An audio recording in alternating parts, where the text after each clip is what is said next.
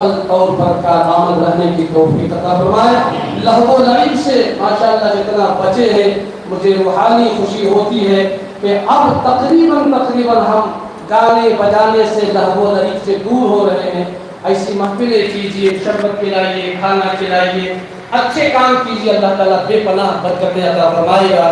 اب میں بلا تاخیر خطیب انقلاب شعر سنیت کو پھر سے وہ شعر شاید کہ آپ کے ذہن میں نہ ہو اور میں حضرت کے بھی ذہن میں ڈالنا چاہتا ہوں کہ آپ کا جو جملہ اور املا اور جو مضمون ہے وہ صرف اب ہندوستان پر نہیں بلکہ عالمگیر پیمانے پر مشروع ہوتا تھا، جس کے لیے ہم نے یہ کہا کہ شبنمی گفتار والے آتشی لہجہ تیرا۔ شبنمی گفتار سمجھتے ہیں، شبنم جب پڑتی ہے صبح کو تو وہ شبنمی جو مزاج ہوتا ہے، شبنمی گفتار والے آتشی لہجہ تیرا، خرمن باطل پہ لہکار شعلۂ خطبہ تیرا۔ یہ جو باطل کے جو بڑے بڑے پابندی ہے نا، ان کو چیلنج اس چھوٹی سی عمر، ہم سے بہت چھوٹے ہیں، اس چھوٹی سی عمر میں اس شخص نے کر کے ہندوستان کو نہیں، کرناٹک کو نہیں، ہبلی کو نہیں، ہماری اس مسجد کے علاقے کے نوجوانوں کو اور پورے ملت کے لوگوں کو ایک یہ مثال دیا کہ ہم تمہارے ہیں، آج تمہاری وجہ سے ہم عالم پہ چمک رہے ہیں۔ خرمن باطل پہ لہکار شعلۂ خطبہ تیرا۔ اور چونکہ مصباحی ہے، میں نے کہا جو مصباحی ہوتا ہے کسی بھی طرح سے زیر نہیں ہوتا۔ مصباحی سے مراد بند کر دیا کیا؟ مصباحی سے مراد جامعہ الاشرفیہ مبارک پور جو ہندوستان کا سب سے بڑا ادارہ ہے سنیوں کا، اس ادارے سے جو بھی پڑھتا ہے، حضرت نے فرمایا بانی جامعہ الاشرفیہ مبارک پور حافظ ملت نے کہ جو ابر یہاں سے اٹھے گا وہ سارے جہاں پہ برسے گا۔ ہاں، یہ جدید فارغین میں سے ہے، ہم وہاں کے پڑھے ہوئے قدیم میں سے ہیں۔ اللہ نے ہمارے جیسے چھوٹے کو خوشبو یہ دیا کہ ہم الحمدللہ جہاں جاتے ہیں اپنی ایک مثال رکھتے ہیں۔ تو حافظ ملت کا سایہ سر پہ ہے حضرت امیر، میں ان کو اب امیر بھی کہوں، امیر بھی کہوں، ان کو اپنا بابا ملجا کہوں، اس لحاظ سے کہ یہ قوم کی امانت ہے نا۔ اور سب سے بڑی بات ہم نے ان کے بارے میں اپنے علماء سے بھی سنا، کچھ مخالفین ہیں، کچھ مطابقین ہیں۔ میں مخالفین کو سمجھاتا ہوں کہ تعریف نہیں کر سکتے خاموش ہو جاؤ، اور آپ کو بھی میرا ایک درس ہے کہ اگر کسی اچھے کی تعریف نہیں کر سکتے مخالفت نہ کرو، خاموش رہو، پتہ نہیں اس سے کتنے لوگ سدھر رہے ہیں۔ حافظ ملت کا سایہ سر پہ ہے حضرت امیر، کند ہو جائے سنا کر ٹکرائے سینہ تیرا۔ آج کی تاریخ میں ان کا سینہ ایک پتھر سے بھی زیادہ، لوہے سے بھی زیادہ مضبوط ہے، کسی کی پرواہ کیے بغیر بے خطر کود پڑا آتش نمرود میں عشق۔ یہی حال ہے مفتی سلمان کا، اللہ پاک ان کی عمر کو عمر رشید عطا فرمائے اور پوری ملت پہ خصوصاً یہاں کے اور پورے عالم اسلام پہ ان کا فیضان مسلک اعلیٰ حضرت کے تحت اور مسلک حقہ کی ترویج و ارشاد کے تحت اللہ پاک جاری و ساری فرمائے۔ نعرہ تکبیر، نعرہ رسالت، خطیب ہندوستان، شیر سنیت، مجلس یاد حسین، ہاشمی مسجد اور پہ نوجوانان اہل سنت۔ برادران ملت اسلامی، السلام علیکم ورحمۃ اللہ وبرکاتہ۔ الحمدللہ الحنان المنان الذي خلق الانسان وعلمه البيان، والصلاة والسلام على رسوله سید الانس والجان وعلى آلہ واصحابہ ذوی الخیر والاحسان، اما بعد فاعوذ باللہ من الشیطان الرجیم، بسم اللہ الرحمن الرحیم، ولا تقولوا لمن يقتل في سبيل الله اموات بل احیاء ولكن لا تشعرون، صدق اللہ مولانا العظیم۔ بارگاہ رسالت معاذ صلی اللہ علیہ وسلم نے درود پاک کا ہدیہ پیش کریں۔ اللہم صلی علی سیدنا و مولانا محمد معدن الجود والکرم وآلہ واصحابہ الکرام وابنہ الکریم وبارک وسلم صلاة دائمة سرمدا ابدا۔ میں شکر گزار ہوں قاری صاحب قبلہ کا، بالآخر حضرت نے مجھے بیان کرنے کا موقع آپ کے سامنے پھر سے عنایت کر ہی دیا۔ اللہ تعالیٰ ان بڑوں کا سایہ سلامت رکھے۔ میرے عزیزو، آج یہ عاشورہ کی رات ہے اور ہم اس کو اہل بیت کی رات کہتے ہیں۔ تذکرہ اور بھی عناوین پر ہو سکتا ہے آج کی رات، اور عاشورہ کے دن بہت سارے تاریخی واقعات پیش آئے ہیں۔ آپ ہر عاشورہ کو سنتے بھی ہوں گے، انبیاء کرام علیہ السلام سے جڑی ہوئی بہت ساری یادیں ہیں، لیکن ان تمام یادوں میں ہم کثرت سے اگر کوئی یاد کرتے ہیں تو وہ کربلا کی داستان ہے۔ اس کی وجہ یہ بھی ہے کہ اہل بیت کی محبت ہمارے ایمان کا حصہ ہے، اور رسول کریم صلی اللہ تعالیٰ علیہ وسلم کی احادیث میں موجود ہے کہ منافق کی علامتوں میں سے ایک علامت یہ ہے کہ وہ اہل بیت سے بغض رکھتا ہے۔ جس کے دل میں اہل بیت اطہار نبی پاک صلی اللہ علیہ وسلم کی آل و اولاد سے بغض ہو، وہ منافق کی علامات میں سے ایک علامت رکھتا ہے۔ اسی لیے امام زمن برادر اعلیٰ حضرت فاضل بریلوی فرماتے ہیں کہ باغ جنت کے ہیں بہر مدح خان اہل بیت، تم کو مژدہ نار کا اے دشمنان اہل بیت۔ کس زبان سے ہو بیاں شان اہل بیت، مدح گوئے مصطفیٰ ہے مدح خان اہل بیت۔ فرماتے ہیں بے اجازت ان کے گھر میں جبرائیل آتے نہیں، بے اجازت ان کے گھر میں جبرائیل آتے نہیں، قدر والے جانتے ہیں قدر و شان اہل بیت۔ اور آج کا منظر یہ ہے، فاطمہ کے لاڈلے کا آخری دیدار ہے، فاطمہ کے لاڈلے کا آخری دیدار ہے، حشر کا ہنگامہ برپا ہے درمیان اہل بیت۔ اہل بیت پاک سے گستاخیاں بے باکیاں، لعنت اللہ علیکم دشمنان اہل بیت۔ اخیر میں یوں کہتے ہیں بے ادب گستاخ فرقے کو سنا دو اے حسن، بے ادب گستاخ فرقے کو سنا دو اے حسن، یوں کہا کرتے ہیں سنی داستان اہل بیت۔ میرے عزیزو، یہ اللہ عز و جل کا بے پایا کرم و احسان ہے کہ ہمیں اللہ تعالیٰ نے اہل سنت و جماعت میں رکھا۔ ہم افراط و تفرید کے درمیان ہیں۔ رسول کریم صلی اللہ تعالیٰ علیہ وسلم نے اپنے صحابہ کو جس راستے پر چھوڑا تھا وہ جماعت آج اہل سنت و جماعت کہلاتی جاتی ہے۔ اسی لیے اعلیٰ حضرت نے فرمایا اہل سنت کا ہے بیڑا پار، اصحاب حضور نجم ہے اور ناؤ ہے عطرت رسول اللہ کی۔ حضور پاک صلی اللہ علیہ وسلم نے اپنے صحابہ کو کہا یہ صحابہ میرے ستاروں کی مانند ہیں، تم جس کی پیروی کرو گے ہدایت پاؤ گے۔ نجم عربی میں ستارے کو کہتے ہیں۔ اور اپنے اہل بیت کے لیے فرمایا الا ان مثل اہل بیتی کمثل سفینۃ نوح من رکبها نجا ومن تخلف عنها ہلک۔ اللہ کے حبیب صلی اللہ علیہ وسلم فرماتے ہیں میرے اہل بیت نوح علیہ السلام کے طوفان میں چلنے والی کشتی کی طرح ہیں، جو اس کشتی پہ سوار ہوا وہ نجات پا گیا، اور جو اس کشتی میں نہیں بیٹھا وہ ہلاک ہو گیا۔ تو اب ہمیں ستاروں کی بھی ضرورت ہے اور اس سیلاب میں ناؤ کی بھی ضرورت ہے، اور جو ان دونوں کے ساتھ چلتا ہے اس کو اہل سنت و جماعت کہا جاتا ہے۔ ہم صحابہ کے گستاخ نہیں ہیں، کسی بھی صحابی کی شان میں گالیاں، بے ادبیاں، گستاخیاں ہرگز نہیں کر سکتے۔ اللہ کے نبی صلی اللہ علیہ وسلم نے ارشاد فرمایا میرا ایک صحابی جو کے دانے کے برابر خیرات کرے اور تم سارے لوگ مل کر کے احد پہاڑ کے برابر سونا خیرات کرو تب بھی برابر نہیں ہو سکے گا، صحابی کے مقام کو نہیں پہنچ سکتے۔ بے ادب گستاخ فرقوں کو میں کہہ رہا ہوں صحابہ کی بھی عظمت الحمدللہ آج اگر کوئی کرتا ہے تو اہل سنت و جماعت ہے، اور ساتھ ہی اہل بیت اطہار رسول اللہ کی آل ذرا برابر بھی اونچ نیچ ہونے نہ دینا.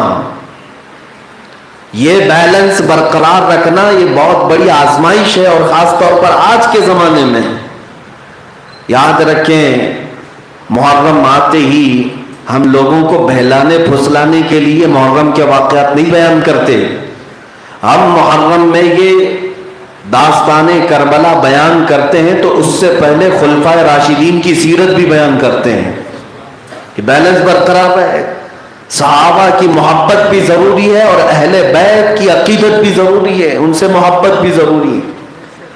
ایک صحابی نے پوچھا رسول کریم صلی اللہ علیہ وسلم سے، یا رسول اللہ صلی اللہ علیہ وسلم، یہ بیہقی کی روایت ہے، کچھ لوگ ایمان لانے کے بعد نماز بھی پڑھتے ہیں، قرآن بھی پڑھتے ہیں، روزے بھی رکھتے ہیں، لیکن وہ آپ کی آل سے محبت نہیں رکھتے، آپ کی آل سے یا آپ کے خاندان سے وہ بغض رکھتے ہیں. وجہ کیا ہے؟ توجہ سے رسول پاک صلی اللہ تعالی علیہ وسلم ارشاد فرماتے ہیں اگر کوئی ایسا شخص ہے تو 3 باتوں میں سے کوئی ایک بات اس کے اندر ہوگی. 3 باتوں میں سے کوئی ایک بات اس کے اندر ہوگی. صحابہ نے پوچھا وہ کیا باتیں ہیں؟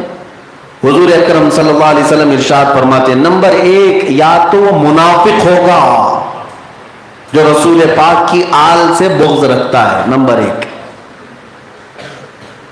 صرف دکھاوے کا مسلمان، اندر سے کافر ہوگا تبھی وہ اہل بیت سے بغض رکھتا ہوگا. دوسرے نمبر پر حضور فرماتے ہیں یا تو وہ زنا سے پیدا ہوا ہوگا، ولد الزنا ہوگا، تب وہ اہل بیت کا بغض اپنے دل میں پالتا ہے. اور اگر یہ دونوں چیزیں نہیں ہیں تو تیسری چیز یہ ہے کہ ولد الحیض ہوگا، جس کا مطلب یہ ہے کہ اس کی ماں ایام حیض میں تھی جب اس کا نطفہ حمل میں قرار پایا ہوگا حرام طریقے سے. میرے عزیزو یہ بات بھی مسلمان جانتے ہیں، عورتوں کی ناپاکی کے دن آتے ہیں مہینے میں، ان دنوں میں عورتوں کے ساتھ جمع اور شباشی حرام ہے، اور ان دنوں میں جو ان کے ساتھ جمع کیا اور نطفہ قرار پایا تو حرام طریقے سے نطفہ قرار پایا، اور فرمایا گیا اس کو ولد الحیض کہا جاتا ہے. یہ 3 باتوں میں سے کوئی ایک بات پائی جاتی ہوگی تبھی وہ بغض رکھتا ہوگا. اب آپ کو اچھی طرح سمجھ میں آ گیا ہوگا کہ کون یزید کو رحمت اللہ علیہ کہتا تھا. یا تو منافق ہوگا، یا زنا سے پیدا ہوا ہوگا، یا حیض کا بچہ ہوگا.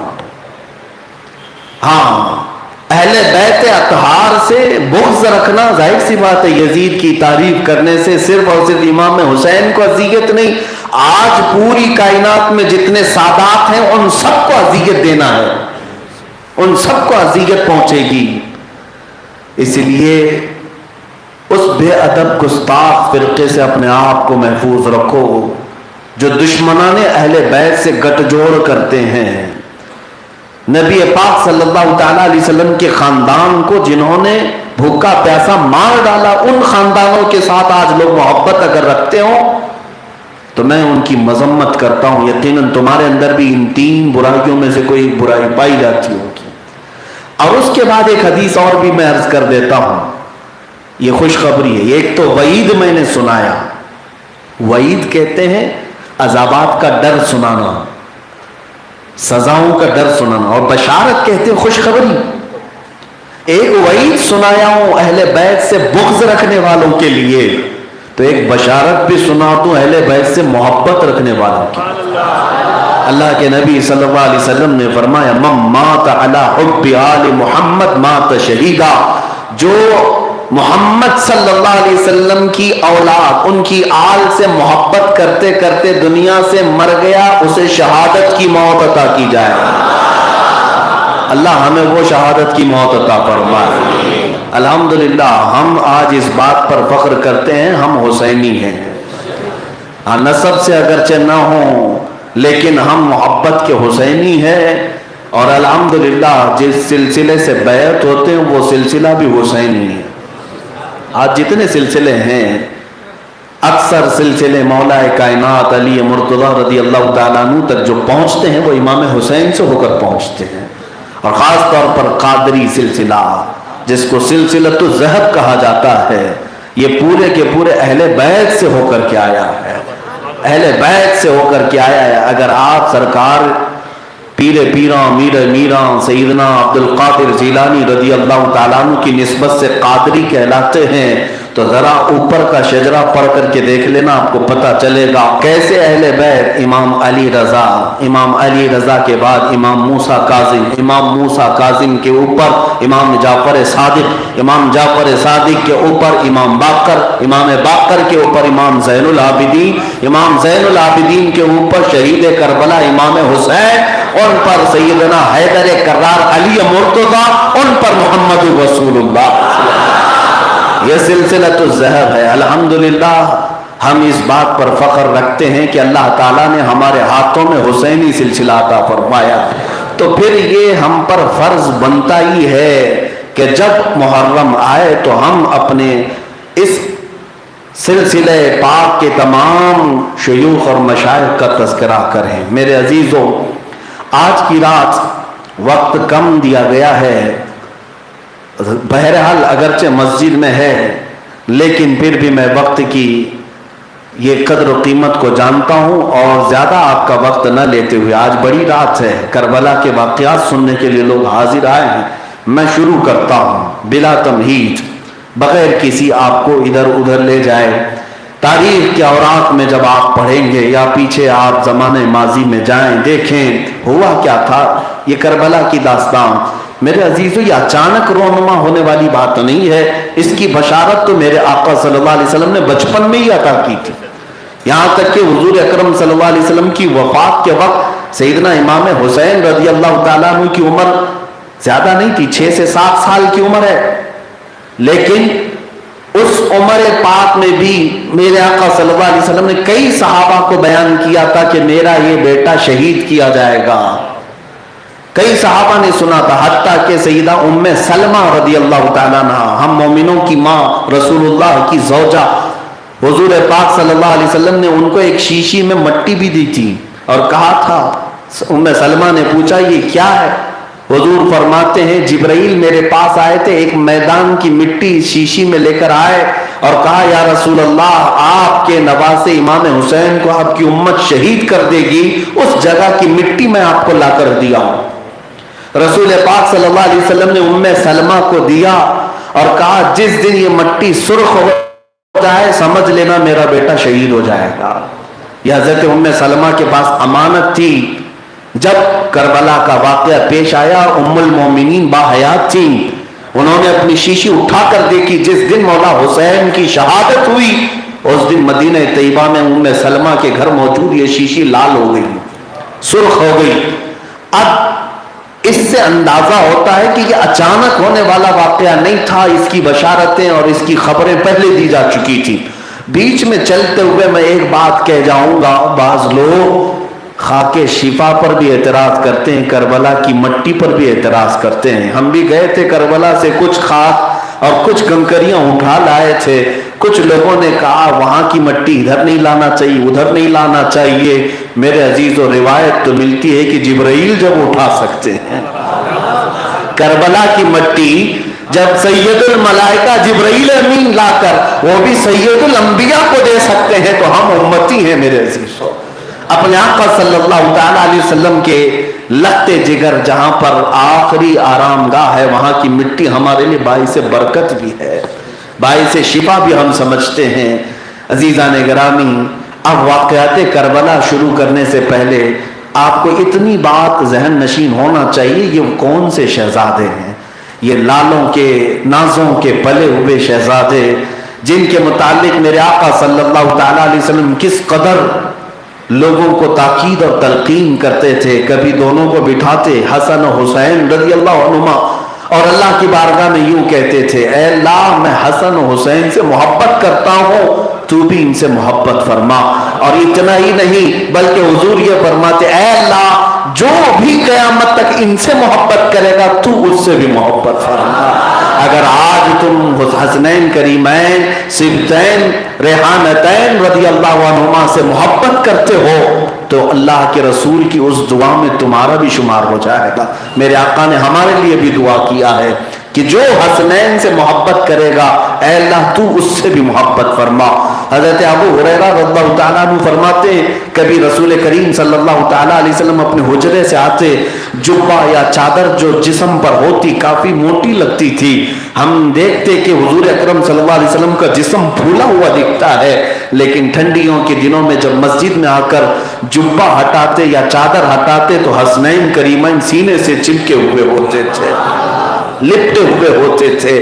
رسول کریم صلی اللہ علیہ وسلم کے ساتھ یہ شہزادے مسجد میں آنا، مسجد میں جانا، میرے عزیزوں کس انداز سے ان کی پرورش ہوئی ہے۔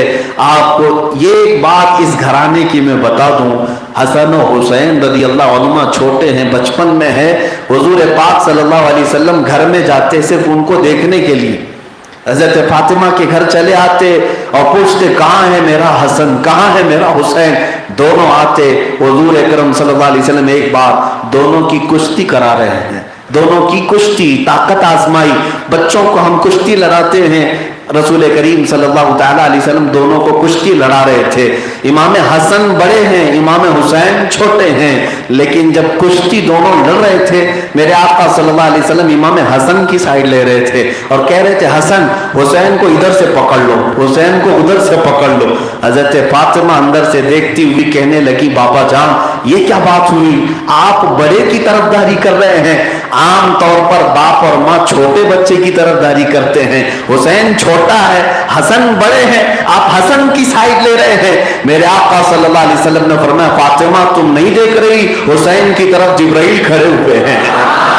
یہ وہ گھرانہ ہے جب کشتی بھی کرائی جائے تو ایک حسن کو سید الانبیاء پکڑ رہا ہو، حسین کو سید الملائکہ، بے اجازت ان کے گھر میں جبرائیل آتے نہیں، قدر والے جانتے ہیں قدر و شان اہل بیت۔ وہ رسول کریم صلی اللہ علیہ وسلم کا لجپال گھرانہ، اللہ کے نبی صلی اللہ تعالیٰ علیہ وسلم بچپن میں امام حسن مجتبیٰ کی عمر ابھی 6 ماہ کی تھی، تب صرف اپنے منہ سے حضور زبان نکال کر کے ہلاتے تھے، ان کے سامنے بچوں کو جیسے زبان دکھائی جاتی ہے، اور صحابہ فرماتے امام حسن صرف رسول اللہ کی زبان کی سرخی دیکھ کر کھلکھلا کر ہنستے تھے، اور پھر میرے آقا صلی اللہ علیہ وسلم ان کی ہنسی کو دیکھ کر خوش ہوتے اور ارشاد فرماتے اے لوگوں تم گواہ رہنا میرا یہ بیٹا سردار ہوگا، میرا یہ بیٹا سردار ہوگا۔ امام حسن کو جو سید کہا گیا وہ سردار کے معنی میں کہا گیا۔ اور پھر اللہ کے نبی صلی اللہ تعالیٰ علیہ وسلم ایک بار منبر پر خطبہ دے رہے مسجد نبوی کے، صحابہ کہتے ہیں ایک پیر کو حسن پکڑے ہوئے ہیں، ایک پیر کو حسین پکڑے ہوئے ہیں۔ جب رسول اللہ صلی اللہ علیہ وسلم کے قدموں کو پکڑ کر وہ منبر میں ہیں، کبھی مسجد میں میرے آقا سجدے میں ہو تو پشت پر کوئی بچہ چڑھ جائے اور صفوں کے سامنے آ جائے، اللہ اللہ یہ نازوں کی پرورش پانے والے وہ بچے، یہاں تک کہ کبھی میرے آقا کندھوں پر سوار کر کے لے جاتے۔ ایک صحابی کہتے ہیں شہزادوں کو دیکھ کر اے شہزادوں کیا قسمت پائی، کتنی اعلیٰ سواری ہے تمہاری، کتنی اعلیٰ سواری ہے۔ میرے آقا صلی اللہ علیہ وسلم نے اس بات پر صرف خاموشی اختیار نہیں کی بلکہ ان کو جواباً کہا اے میرے صحابی تو نے صرف سواری دیکھی، یہ دیکھ سوار بھی کتنے اچھے ہیں، سوار بھی کتنے اچھے ہیں۔ اس سے پتا چلا رسول پاک صلی اللہ علیہ وسلم کی منشا یہ تھی جب جب نبی کی تعریف کی جائے تو حسنین کی بھی تعریف کی جائے، اسی لیے درود اس وقت تک کمپلیٹ نہیں ہوتا جب تک آپ یہ نہیں کہتے اللہم صلی علی سیدنا محمد وعلی آل سیدنا محمد، جب تک آل کا ذکر نہیں کرو گے تو درود بھی کمپلیٹ نہیں ہوگا، کیونکہ میرے آقا کی منشا یہ ہے جب تم نبی کی تعریف کرو تو اہل بیت کی بھی تعریف کرو۔ عزیزان گرامی اس مقام کو سمجھو، امام شافعی رحمۃ اللہ تعالیٰ علیہ کے ہاں تو اور بھی بڑا سخت مسئلہ ہے، جو درود نہیں پڑھا، اہل بیت کا ذکر اس میں نہیں کیا، ان کے نزدیک نماز ہی نہیں ہوئی، فرض کا مقام ہے، نماز ہی نہیں ہوئی۔ اور یہ اہل بیت اطہار کا تذکرہ اللہ تعالیٰ نے نصیب والوں کو دیا ہے۔ شروع میں ہی میں نے کہہ دیا کہ کہ بغض رکھنے والا 3 علامتوں میں سے کوئی ایک علامت اپنے اندر رکھتا ہوگا، اللہ وہ تینوں نحوستوں سے ہمارے اس مجمع کو پاک رکھے. کوئی منافق نہ ہو، کوئی ولد الزنا نہ ہو، کوئی ولد الحیض نہ ہو.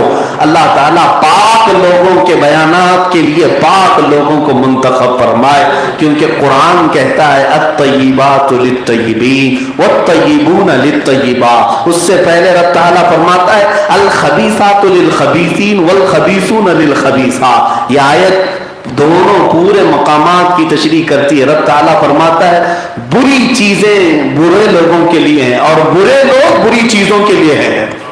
اسی طرح والطیبات للطیبین، اور پاکی زبانوں پر میرے آقا کا نام کثرت سے آتا ہے تو پاکیزہ لوگوں میں، پاک لوگوں میں شمار کیا گیا ہے. اسی لیے تو میں بار بار کہتا ہوں کسی کی جے بھی جے کیوں پکارے، کیا غرض ہم کو، ہمیں کافی ہے سید اپنا نعرہ یا رسول اللہ. عزیزان گرامی، حسنین کریمین رضوان اللہ تعالی علیہ مجمعین کا عالم یہ ہے کہ ایک بار حضور پاک صلی اللہ تعالیٰ علیہ وسلم امام حسن اور امام حسین کو ڈھونڈنے کے لیے گھر میں آئے.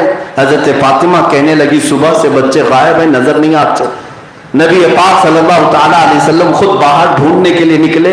ایک درخت کے نیچے دونوں شہزادے سوئے مدینے کے باہر، لیکن اس پر حیرت یہ ہے اللہ کے فرشتے ان پر اپنے پروں سے سایہ کیے ہوئے. یہ مقام اعلیٰ، یہ مقام رفیع رسول پاک صلی اللہ علیہ وسلم کے شہزادوں کا میں کیوں عرض کر رہا ہوں، توجہ چاہتا ہوں. امام حسین کو کبھی حضور گود میں لیتے تو آپ کی گردن مبارک کو اور رخساروں کو چومتے تو تھے لیکن سونگھتے بھی تھے. نبی پاک صلی اللہ علیہ وسلم سونگھتے تھے. بچوں کو سونگھا جاتا ہے کہ چوما جاتا ہے، بوسہ دیا جاتا ہے، بوسے لیتے ہیں، یہ پیار کی علامات میں سے. لیکن میرے آقا صلی اللہ علیہ وسلم ان کو سونگھتے تھے. صحابہ پوچھتے، میرے آقا فرماتے میں اسے کیوں نہ سونگھوں کہ یہ جنت کے پھولوں میں سے ایک عظیم پھول ہے، یہ میرے لیے ریحان ہے. ریحان جنت کے پھول کا نام ہے، جنت کے پھول کا نام ہے. اور اللہ کے نبی صلی اللہ علیہ وسلم امام حسین کو اور حسن کو کہتے یہ جنت کے ریحان پھولوں میں سے ہیں، خوشبو آتی ہے. نازوں کے پالے شہزادوں کے ٹکڑے کر دیے تھے. یقیناً وہ دنیا کے بدترین لوگوں میں سے ہیں، وہ بدترین مخلوق میں سے ہیں جو اللہ کے نبی صلی اللہ علیہ وسلم کی اہل بیت کی قدر نہیں پہچان سکے. عزیزان گرامی وقار، نبی پاک صلی اللہ علیہ وسلم کے گھرانے میں پرورش پانے والے حسنین کریمین، پرورش تو شروع کی رسول پاک کے گھر میں ہوئی، لیکن اتفاق ایسا ہے کہ اللہ کے نبی صلی اللہ علیہ وسلم کی وفات کے وقت یہ شہزادے چھوٹے تھے، 6 اور 7 سال کے قریب کے، اور ماں آپ کی ایسی تربیت دینے والی مشفق استادہ ہیں کہ ہر پل ہر لمحہ سیدہ کائنات نے ان کو قرآن پاک کی آیتیں پڑھ پڑھ کر لوریاں سنا کر دودھ پلایا تھا. اور ہمہ وقت حسنین کریمین کے دلوں میں خوف خدا پیدا کرتی تھیں اور انہیں فاقہ کشی سکھایا، جفا کشی سکھایا. 6 سال کی عمر میں بچوں کو سارے آداب و اخلاق دیتی ہے جو آج آپ برسوں میں نہیں سیکھ سکتے. بڑوں کے آداب، چھوٹوں کی شفقت، رحم دلی، سخاوت، صبر، رضا، ایثار، استقامت، ہر خصلت 6 سال کی عمر میں ماں نے دے دیا تھا. اور اتفاق یہ ہے میرے آقا صلی اللہ علیہ وسلم کے وصال کے، انتقال کے صرف 6 مہینے کے بعد سیدہ کائنات فاطمۃ الزہرا بھی وصال کر گئی رضی اللہ عنہا. حضور پاک صلی اللہ علیہ وسلم کی حیدر کرام شیر خدا رضی اللہ تعالیٰ عنہ اور باپ کی تربیت میں وہ ایسا سائیکل ہو گئے، ایسے مضبوط ہو گئے کہ جب جوان ہوئے آپ اندازہ کریں کہ دونوں شہزادوں نے رسول اللہ سے حدیثیں بھی روایت کی. 6 سال کی عمر میں میرے آقا سے جو جو سنا تھا وہ سب اپنی جوانی میں صحابہ کو بیان بھی کیا. یہاں تک کہ امام حسن رضی اللہ تعالیٰ جب خطبہ دینے کے لیے کھڑے ہوتے اتنے فصیح و بلیغ انداز میں خطبہ دیتے کہ حضرت علی مرتضیٰ کرم اللہ وجہہ الکریم چھپ کر کے اپنے بیٹے کا خطبہ سننے کے لیے آتے اور پھر فرماتے حسن کے خطبے میں جو مٹھاس ہے وہ میں نے کہیں نہیں پائی. رسول اللہ صلی اللہ علیہ وسلم کے خطبوں کی شیرینی امام حسن نے لے لیا تھا. 6 سال کی عمر میں بچوں نے اپنے نانا سے سب لے لیا تھا. اور میرے آقا صلی اللہ علیہ وسلم کہ یہ شہزادوں کے متعلق اتفاق ہے بزرگوں کا کہ دونوں رسول اللہ کے ہم شبیہ ہیں. کس طرح سے؟ ناف سے لے کر سر تک امام حسن حضور کے مشابہ لگتے تھے اور ناف سے لے کر نیچے تک امام حسین رسول اللہ کے مشابہ تھے. اور ایک شہزادے نے حضور سے سرداری پالی، دوسرے نے شجاعت پائی ہے. دونوں نے میرے آقا صلی اللہ علیہ وسلم سے خوب خیرات لی ہیں. لیکن ان کی جوانیاں میرے عزیزوں ہمیشہ اہل بیت امتحانات سے گزارے گئے، بہت امتحانات سے گزارے گئے. وہ وقت بھی آیا جب حیدر کرار علی مرتضیٰ رضی اللہ تعالیٰ عنہ کا انتقال ہوا، شہادت ہوئی. آپ کو ایک خارجی ملعون نے نیزے سے مار کر کے کوفہ کی جامع مسجد میں شہید کر دیا 22 رمضان المبارک. تو یہاں آنے کے بعد اب خلافت کا مسئلہ شروع ہوا. حضرت ابو بکر صدیق، حضرت عمر فاروق رضی اللہ عنہ، حضرت عثمان، حضرت علی مرتضیٰ رضی اللہ عنہ، 4 خلفائے راشدین، سب کو پتہ ہے، ہر سنی جانتا ہے. ان کا دور ختم ہونے کے قریب پھر حضرت علی رضی اللہ تعالیٰ عنہ کے بعد خلافت کا مسئلہ پیش آیا کہ کون خلیفہ ہوگا. اس وقت 3 جگہ سے آوازیں آئیں. ایک حضرت امام حسن مجتبیٰ کی خلافت، ایک عبداللہ بن زبیر رضی اللہ عنہ کی خلافت مکہ، اور تیسرے امیر معاویہ رضی اللہ عنہ کی. لیکن 8 مہینے تک امام حسن مجتبیٰ رضی اللہ تعالیٰ عنہ خلافت پر فائز رہے. لوگوں نے آپ کے ہاتھ پر بیعت بھی کیا. لیکن جب امت میں انہوں نے اختلاف دیکھا تو امام حسن مجتبیٰ نے اپنے آپ کو خلافت سے دستبردار کر لیا. خود دمشق جا کر امیر معاویہ کے ساتھ صلح کی اور 2 بڑے فریق کو، 2 جماعتوں کو لڑنے سے بچا لیا. خلافت ان کے حوالے کر دیا. محبت کا سلسلہ چلتا رہا. 20 سال امیر معاویہ نے خلافت کی. لیکن اس کو ملوکیت کہا جاتا ہے، ملوکیت، کیونکہ میرے آقا صلی اللہ علیہ وسلم نے فرمایا تھا میرے بعد 30 سال تک خلافت ہوگی، اس کے بعد بادشاہت. اور اگر آپ کاؤنٹ کریں گے حضرت ابو بکر صدیق رضی اللہ تعالیٰ عنہ 2.5 سال، حضرت عمر فاروق رضی اللہ تعالیٰ عنہ 10 سال، حضرت عثمان غنی رضی اللہ تعالیٰ عنہ 12 سال. کتنے ہوئے؟ 12 10 22 اور 2.5 24. 24.5 کے بعد سیدنا علی مرتضیٰ رضی اللہ تعالیٰ عنہ کی جو خلافت قائم ہوئی وہ 4 سال 8 مہینے کے قریب تقریباً. یہ خلافت کے جو کاؤنٹنگ کریں گے آپ حضرت ابو بکر سے لے کر حضرت علی کی وفات تک تو 29 سال 4 مہینے ہوں گے. کتنے؟ 29 سال 4 مہینے. پھر امام حسن مجتبیٰ کی خلافت 8 مہینے چلی. 8 مہینے کے بعد آپ خلافت سے دستبردار ہو گئے. تو اب 8 مہینے کے بعد پورے ٹوٹل خلافت کے کتنے سال ہوئے؟ 30 سال ہو گئے. میرے آقا کا فرمان برحق ہے. اسی لیے اہل سنت و جماعت جہاں خلفائے راشدین 4 خلفائے راشدین کی خلافت مانتے ہیں، اسی طرح امام حسن مجتبیٰ کو بھی خلیفہ راشد 5واں کہا جاتا ہے. وہ بھی خلافت کے ان دنوں میں ہی آتے ہیں. پھر ان کے بعد امیر معاویہ رضی اللہ تعالیٰ عنہ کی خلافت چلی 20 سال تک. اور ان دنوں میں معاملات ٹھیک ٹھاک رہے، کوئی معاملات نہیں تھے. جو جنگیں ہوئی تھی وہ حضرت علی کرم اللہ وجہہ الکریم کے زمانے میں ہوئی، لیکن صلح صفائی کے بعد سب ختم ہوئی. ان جنگوں کا تذکرہ کرنا جائز نہیں.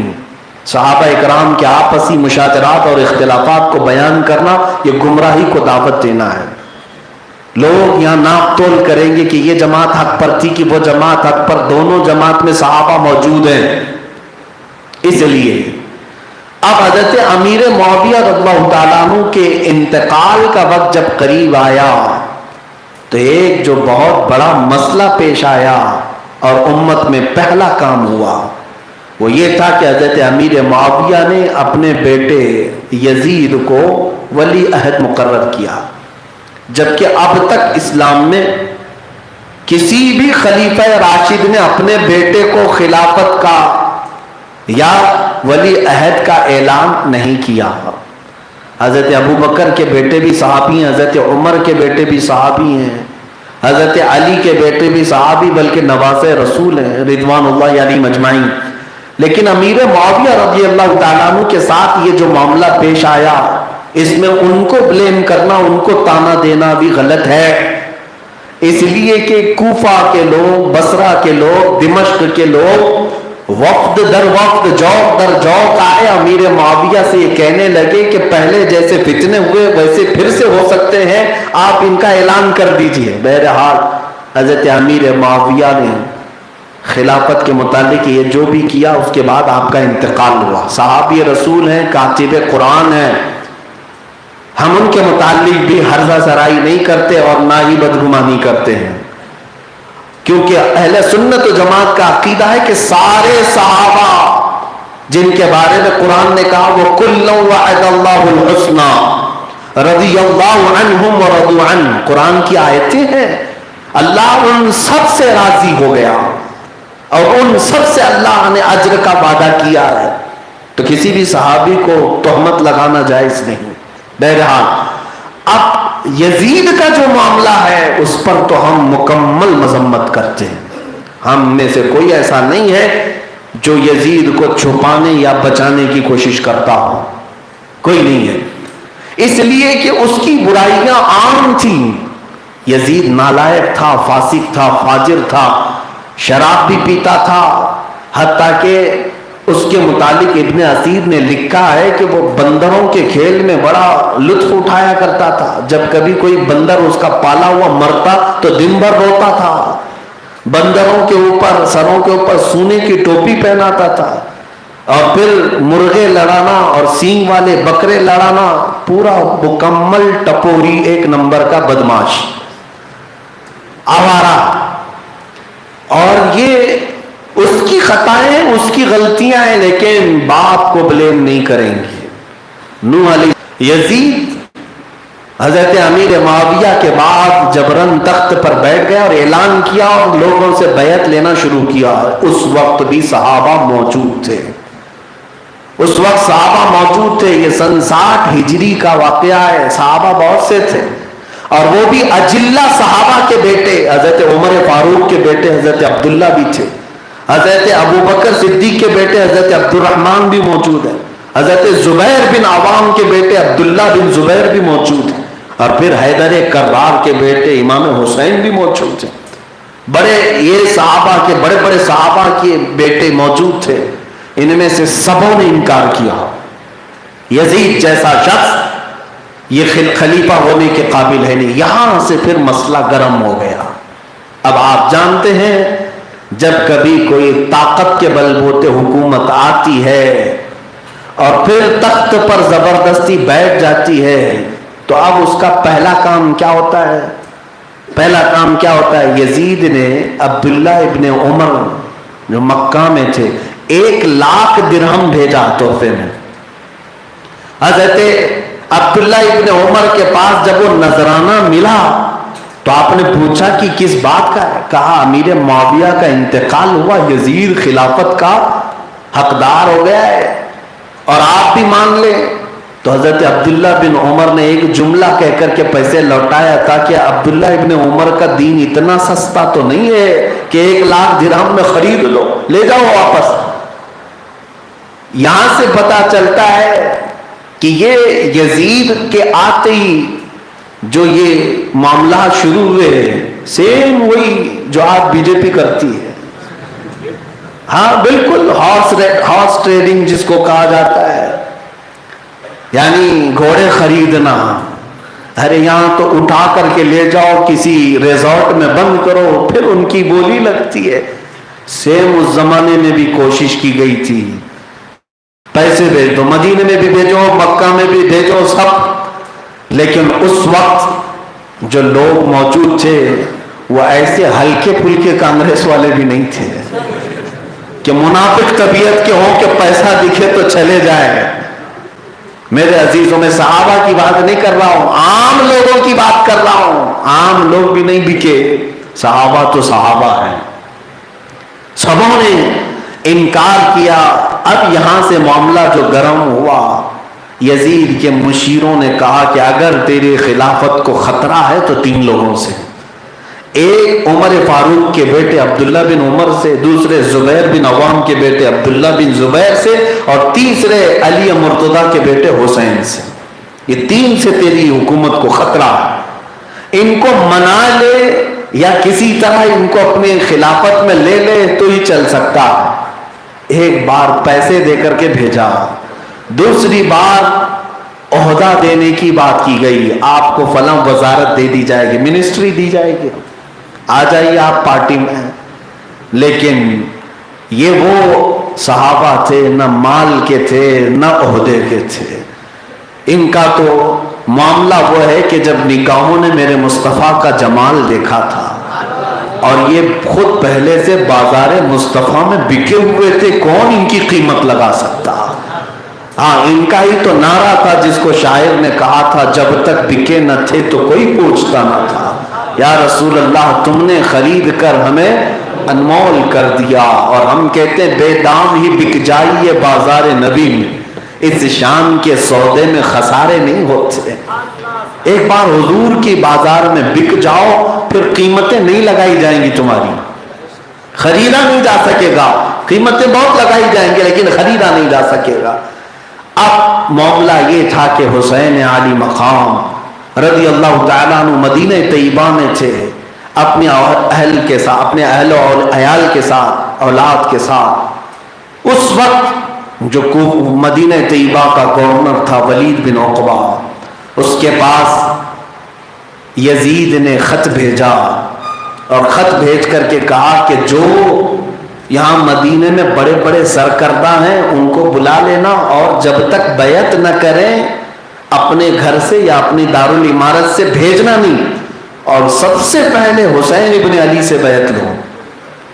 تو ولید جو گورنر تھا مدینے کا، نیا نیا گورنر یزید کی طرف سے بنا ہوا، اس نے امام حسین کو رات میں طلب کیا، مغرب کے بعد یا جو وقت رہا. اس نے سنایا ایسا ایسا معاملہ ہے، آپ بیعت کر لیجئے بہتر ہوگا. امام حسین نے ایک تاریخی جملہ کہا تھا. یہ نہیں کہا کہ میں حسین یزید کی بیعت کر لوں، ایسا نہیں ہو سکتا، بلکہ کیا فرمایا، توجہ سے سنو.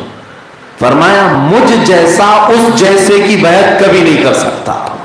یہ قیامت تک آنے والوں کے لیے کہہ دیا امام حسین نے، مجھ جیسا اس جیسے کی بیعت نہیں کر سکتا. جو حسینی ہوگا وہ یزیدیوں کی بیعت نہیں کر سکتا.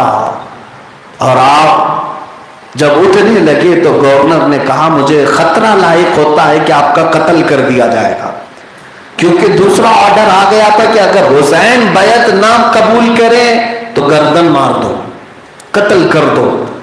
تو گورنر نے خون سے بچنے کے لیے کہا کہ مجھے مجبور نہ کریں، یا تو آپ یزید کو امیر المومنین مان لیں، بیعت کر لیں، یا تو پھر آپ مدینہ چھوڑ دیں تاکہ میں اپنے ہاتھوں کو آپ کے خون سے نہ رنگوں. امام حسین کے پاس اب یہی آپشن رہ گیا تھا. وہاں رہتے تو خون خرابہ ہوتا اور مدینہ رسول کو یہ لوگ آلودہ کرتے، خون حسین سے رنگ دیتے مدینے کی گلیوں کو. اس لیے مولا حسین اپنے گھر آئے، کبیرہ خاطر تھے. آج کی رات میرے عزیزوں سچ بتاؤں مدینے میں کبھی غم نہیں ہوتا. آج بھی جو لوگ جاتے ہیں، میں نے تو زندگی کے وہ ایام جو مدینے میں گزارے محسوس کیا کہ دنیا کی ساری خوشیاں سمیٹ لاؤ، مدینے کا ایک لمحے کے برابر نہیں ہوتی. جو وہاں فرحت ہے، جو خوشیاں ہیں، مدینے میں جانے کے بعد غم کسے ہے، خوشیاں ہیں. لیکن مولا حسین اس رات کو غمگین تھے. جب گھر آئے تو گھر والوں نے پوچھا، اور سب سے زیادہ آپ سے قربت رکھنے والی آپ کی سگی بہن حضرت سیدہ زینب جو حیدر کرار کی بیٹی ہیں، سیدہ فاطمہ کی نور نظر ہیں، میرے آقا صلی اللہ تعالی علیہ وسلم کی پالی ہوئی زینب ہیں۔ حضرت سیدہ زینب امام حسین سے بڑا پیار کرتی تھیں۔ اب ہر ایک کی سیرت بیان کرنے کا وقت نہیں، ورنہ میں پورے اہل بیت کے ہر ایک کے الگ الگ انداز میں بیان کرتا۔ سیدہ فاطمہ کے 6 بچے ہوئے تھے، ان میں اب یہ 2 باقی تھے، حضرت زینب اور حضرت امام حسین۔ حضرت زینب نے پوچھا بھائی جان آج بڑے غمگین نظر آ رہے ہیں، وجہ کیا ہے؟ امام حسین نے بتایا کہ ایسے معاملات ہو گئے، یزید جیسا نااہل آدمی تخت خلافت پر بیٹھ گیا اور مجھ جیسے آدمی کو کہا جاتا ہے کہ بیعت کر لے۔ اگر میں آج بیعت کر لوں تو صرف مسئلہ آج کا اور کل کا نہیں، قیامت تک کے لیے دلیل بن جائے گا۔ میرے عزیزوں، میرے حسین نے وہ کارنامہ انجام دیا کہ اگر حسین اعظم بیعت کر چکے ہوتے تو شاید ہماری مسجد کے مصلوں پر بھی کوئی چور کھڑا ہو جاتا، زانی کھڑا ہو جاتا، شرابی کھڑا ہو جاتا۔ آج عام لوگوں کے ذہنوں میں بھی یہ بات ہے کہ چوروں کو مصلے پر امامت کے لیے نہیں کھڑا کیا جاتا۔ یہ امام حسین کا دیا ہوا احسان ہے، احسان ہے۔ ہم مصلی امامت پر جب فاسق و فاجر کو نہیں تسلیم کرتے تو پوری دین کی امامت کے لیے کیسے کسی کو امیر تسلیم کریں گے؟ ایسے فاسق و فاجر کو مولا حسین سے ان کے اہل خانہ نے پوچھا اب کرنا کیا ہے؟ کہا بس ایک ہی راستہ رہ گیا ہے کہ میں یہاں سے نکلوں مدینہ طیبہ سے اور مکہ مکرمہ جا کر کے میں ابھی فی الحال عمرہ کروں گا اور حج تک وہاں پر رکتا ہوں، وہاں کے حالات سازگار ہوں گے، مکہ حرم ہے، جنگ و جدال قتل و قتال مکہ کے اندر حرام ہے، میں وہاں جا کر کے اپنی زندگی بسر کرتا ہوں۔ تو پھر جب مولا حسین نکلنے لگے اسی رات کو، جس رات پیغام آیا، مختصر سا سامان اہل بیت کا تھا، وہ اپنا سامان رکھتے سفر باندھ لیا اور جیسی ہی خاندان میں بات پھیلی تو امام حسین کے ساتھ اہل خانہ شریک ہو گئے۔ مولا حسین کی زوجہ محترمہ، آپ کے بیٹے حضرت علی اکبر اور علی اوسط، علی اصغر جو چھوٹے سے تھے ابھی، اور ان کے علاوہ سیدہ بی بی سکینہ رضی اللہ تعالیٰ عنہ اور امام حسن مجتبیٰ کی اولاد میں حضرت امام قاسم تھے، اور پھر ساتھ میں حضرت سیدہ زینب بھی ہو گئیں۔ کئی لوگ اس طرح سے نکل پڑے مکہ مکرمہ کے سفر کے لیے۔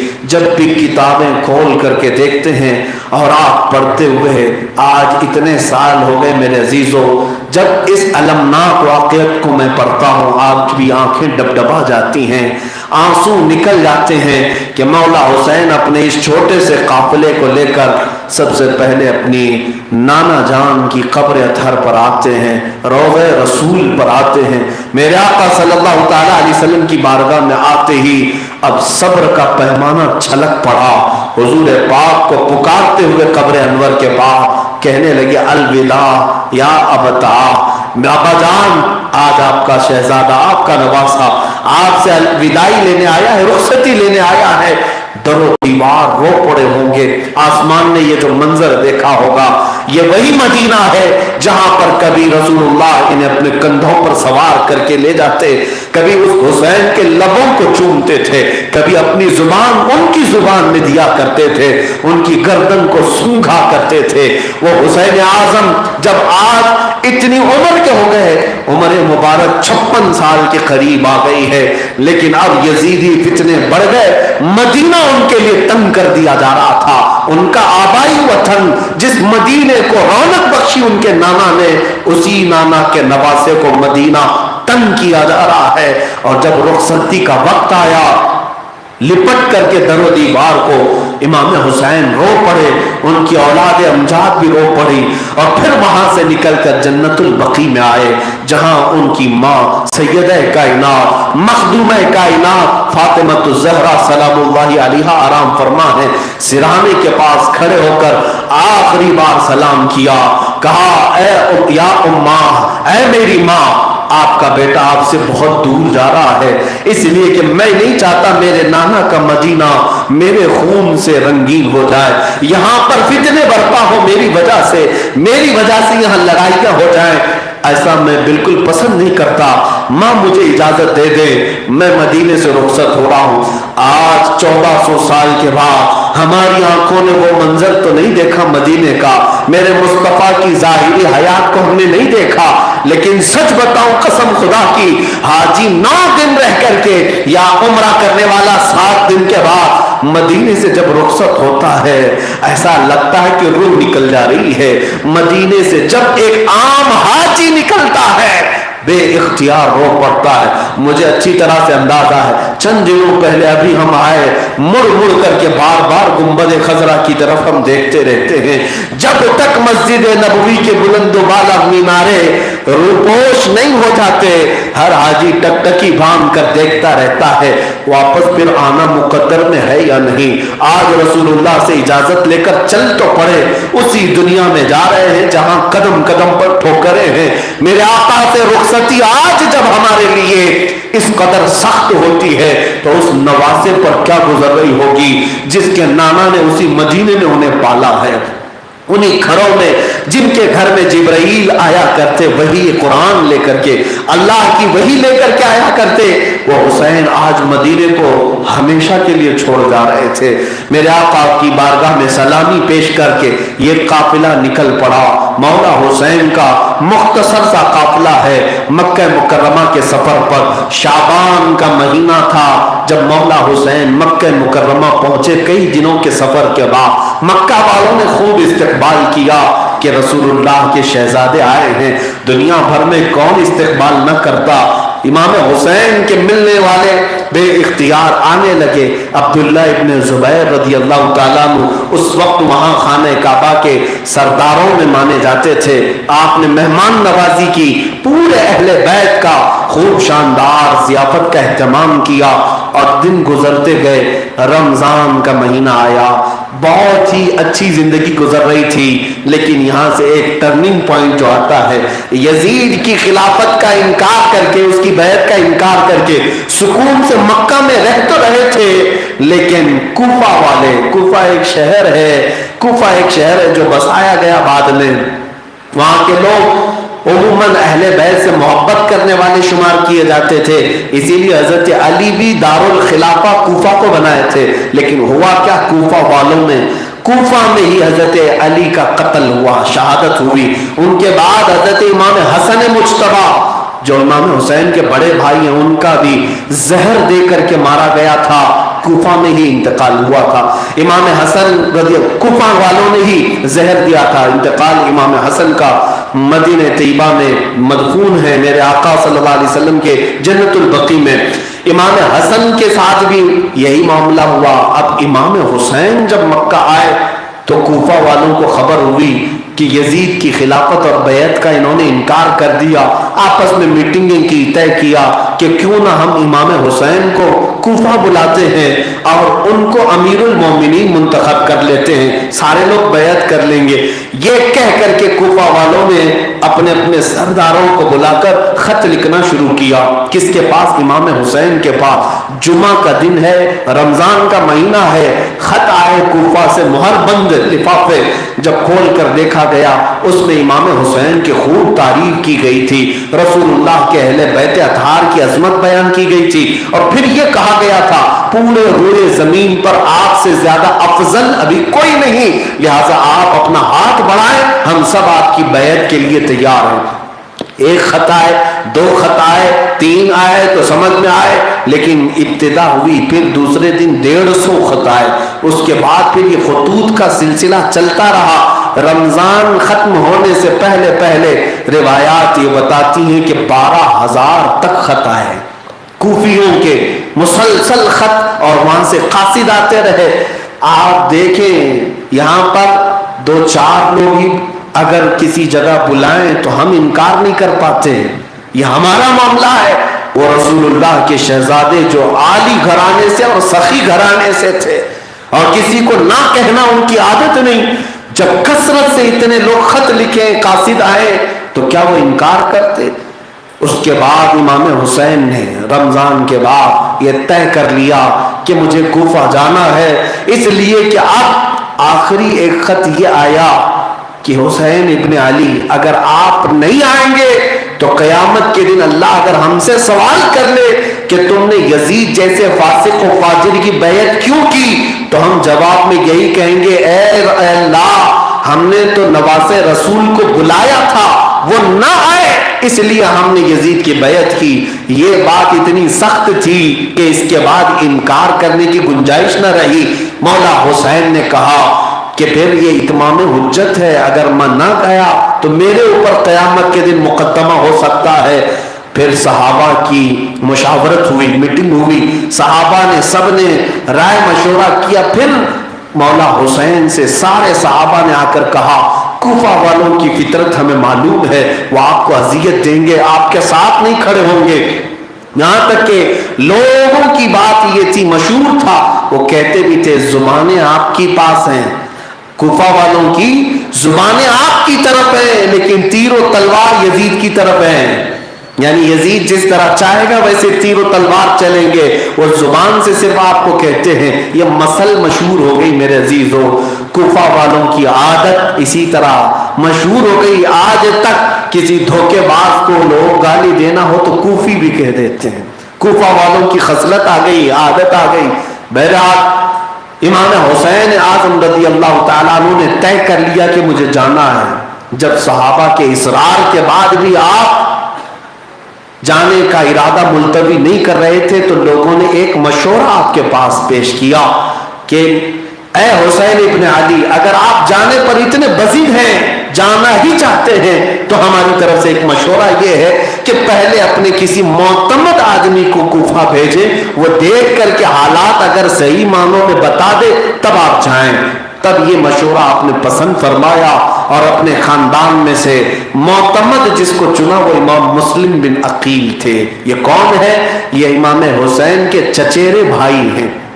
حضرت عقیل حضرت علی کرم اللہ وجہہ الکریم کے بھائی ہیں اور ان کے بیٹے امام مسلم ہیں، اور ان کو ہم شبیہ رسول بھی کہا جاتا تھا، رسول اللہ کی شباہت رکھتے تھے، اور امام حسین ان سے بڑی محبت رکھتے، چچیرے بھائی تھے، سفر میں ساتھ تھے۔ امام حسین نے ان کا انتخاب کیا اور فرمایا کہ مسلم تم میری طرف سے کوفہ جاؤ، پورے حالات دیکھ لو، بلکہ میری طرف سے وکیل بن کر کے بیعت لے لو سارے لوگوں سے۔ اگر سارے بیعت کر لے جاتے ہیں تو پھر مجھے خط لکھ دینا، میں مکہ سے اپنے قافلے کے ہمراہ وہاں پر آؤں گا، پھر اعلان کیا جائے گا۔ امام حسین کا یہ منصوبہ تھا، اور اس کے بعد امام مسلم بن عقیل کو بھیجا گیا۔ میں آپ کو یہ تفصیل سے بتا رہا ہوں، ذہن حاضر رکھنا، اس لیے کہ کچھ ظالم آج یہ کہتے ہیں کہ امام حسین نے خلافت کے خلاف بغاوت کی تھی۔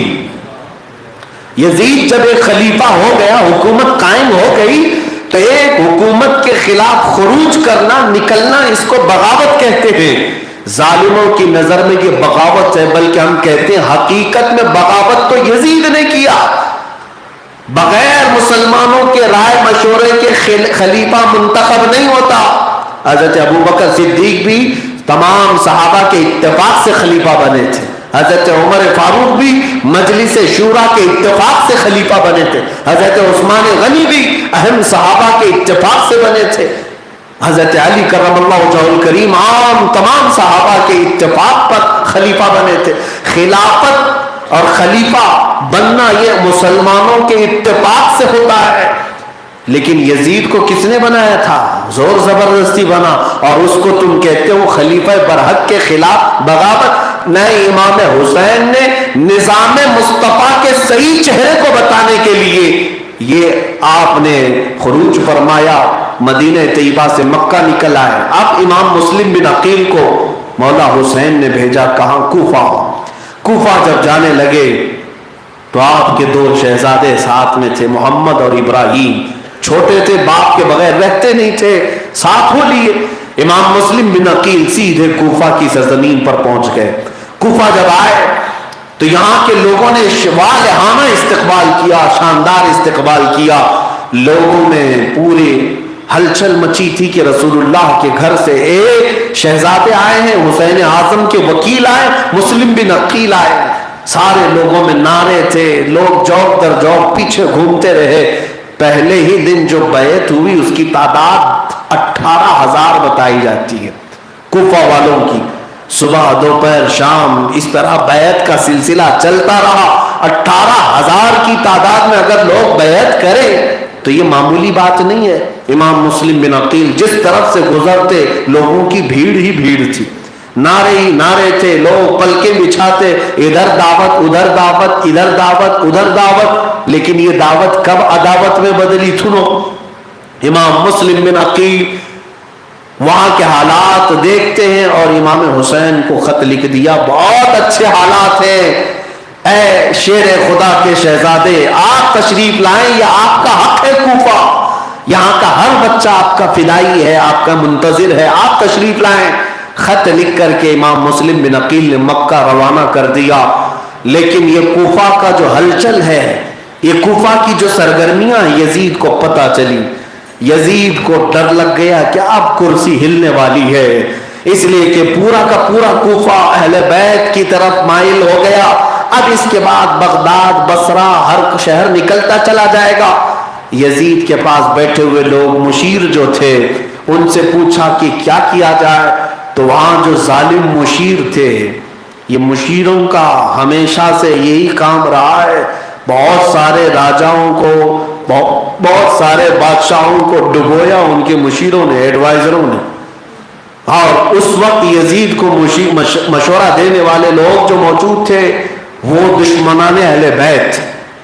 انہوں نے کہا بصرہ کا گورنر عبید اللہ بن زیاد مشہور جلاد, بہت سختی کرتا ہے اور اس کے سامنے کوئی پر مارنے کی بھی جرت نہیں کرتا. ایک کام کرو, بصرہ کی گورنری سے اسے ہٹاؤ اور کوفہ کی گورنری دو. کوفہ میں جو گورنر تھے وہ حضرت نعمان بن بشیر رضی اللہ عنہ, نہایت ہی نرم دل آدمی تھے. جب امام مسلم بن عقیل آئے انہوں نے خود بھی استقبال کیا, بہت شاندار استقبال کیا. جب یزید کو پتا چلا تو نعمان بن بشیر کو اس نے معزول کر دیا, ہٹا دیا.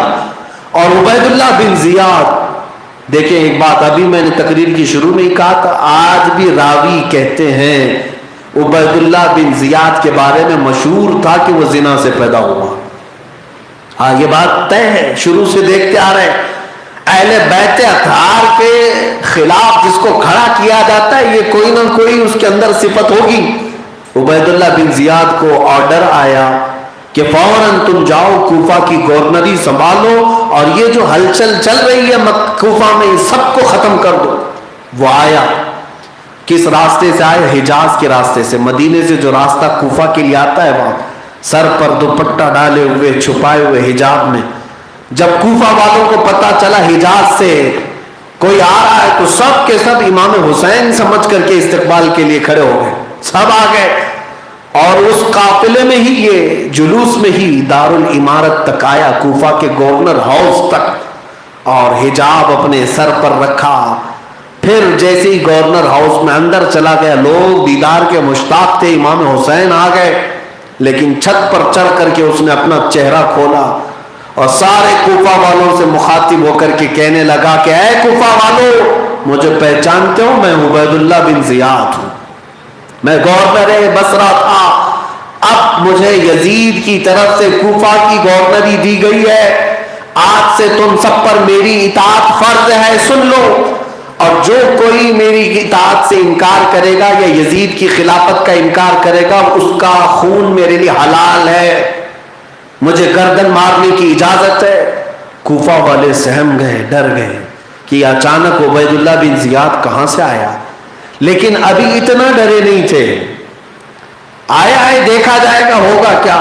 میرے عزیزو, کربلا کی داستانوں میں ہماری زندگیاں چھپی ہوئی ہیں. گورنر جب بیٹھا دوسرے دن پھر اس نے حالات معلوم کیے. امام مسلم بن عقیل کی محبت بہت عروج پر تھی, لوگ جوق در جوق آج بھی ان کے چاہنے والے تھے. لیکن اب اس نے جو کام کیا وہ کیا کیا, اس نے لوگوں کو بلایا, سرداروں کو بلایا اور انہیں نذرانے بھی دیے, پیسے بھی دیے, کچھ کو اپنی طرف مائل کیا, کچھ کو موت کا خوف دلایا. اب افراتفری ہونے لگ گئی, کوفہ میں آدھے لوگ چھوڑ دیے, آدھے لوگ پھر بھی باقی رہے. اس کے بعد عبید اللہ بن زیاد نے امام مسلم بن عقیل کو تلاش کرنے کے لیے لوگ بھیجے. امام مسلم بن عقیل ایک بزرگ صحابی کے گھر آرام فرماتے، ہانی بن عروہ، جن کی عمر 90 سال کی تھی. ہانی بن عروہ اہل بیت سے محبت کرتے تھے، امام مسلم بن عقیل کو اپنے گھر میں رکھے تھے. اب یہ جاسوسوں کو ہر جگہ لگا چکا تھا کہ ڈھونڈ لاؤ، کہیں پتہ نہیں چل رہا تھا. ایک جاسوس معقل جس کا نام تھا وہ ہانی بن عروہ کے گھر آیا، کہا میں اہل بیت کا محب ہوں، کچھ نذرانہ ہے میرے پاس، میں دینا چاہتا ہوں، آپ کے گھر میں کوئی ہے؟ تو ہانی بن عروہ نے اہل بیت کی محبت میں اس کو اندر بلا لیا. امام مسلم بن عقیل کو دیکھ کر وہ بڑی تعریفیں کیا، کہا کہ آپ کے قدموں میں ہماری جان ہے، فلاں ہے فلاں ہے، نذرانہ دیا اور چلا گیا. جا کر عبید اللہ بن زیاد کو رپورٹ دے دیا، مسلم بن عقیل ہانی بن عروہ کے گھر میں چھپے ہوئے. ہانی بن عروہ کو عبید اللہ بن زیاد نے طلب کیا. عبید اللہ بن زیاد کے بلانے کے بعد جب یہ بوڑھے صحابی آئے تو اس نے ان کو کھڑا رکھا. ہانی بن عروہ سے کہا، سنا ہے کہ تم خوب خلافت کے خلاف بغاوت کر رہے ہو اور اپنے گھر میں میٹنگیں کرتے ہو اور منکروں کو، مخالفوں کو اپنے گھر میں پناہ دیتے ہو. ہانی بن عروہ نے کہا یہ سب جھوٹ ہے، غلط ہے. کہا کیا تم مسلم بن عقیل کو اپنے گھر میں پناہ نہیں دیے ہو؟ ہانی بن عروہ نے کہا ایسا کہاں کیسے ہو سکتا ہے، مجھے کیا خبر.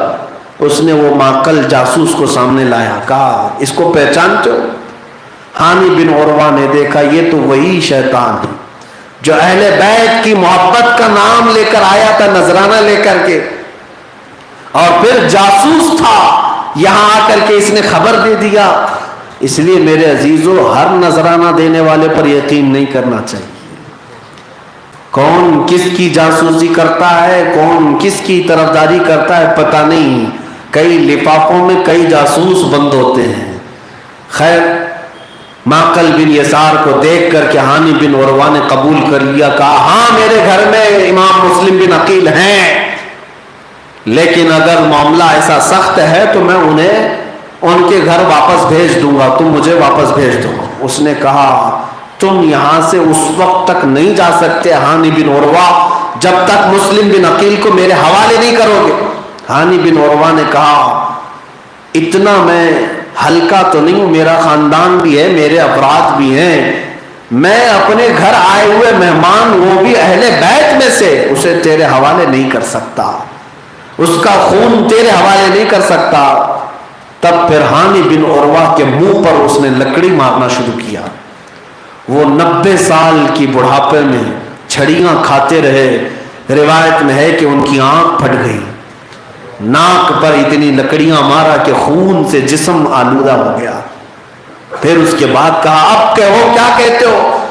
کہا کہ بالکل نہیں، مرنے تک میں مسلم بن عقیل تمہارے حوالے نہیں کر سکتا.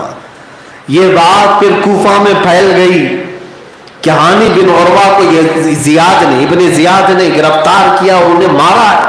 تو ابھی کچھ غیرت باقی تھی. کوفہ کے لوگ پھر سے گورنر ہاؤس کے پاس جمع ہو گئے، تقریباً 20,000 کی تعداد میں.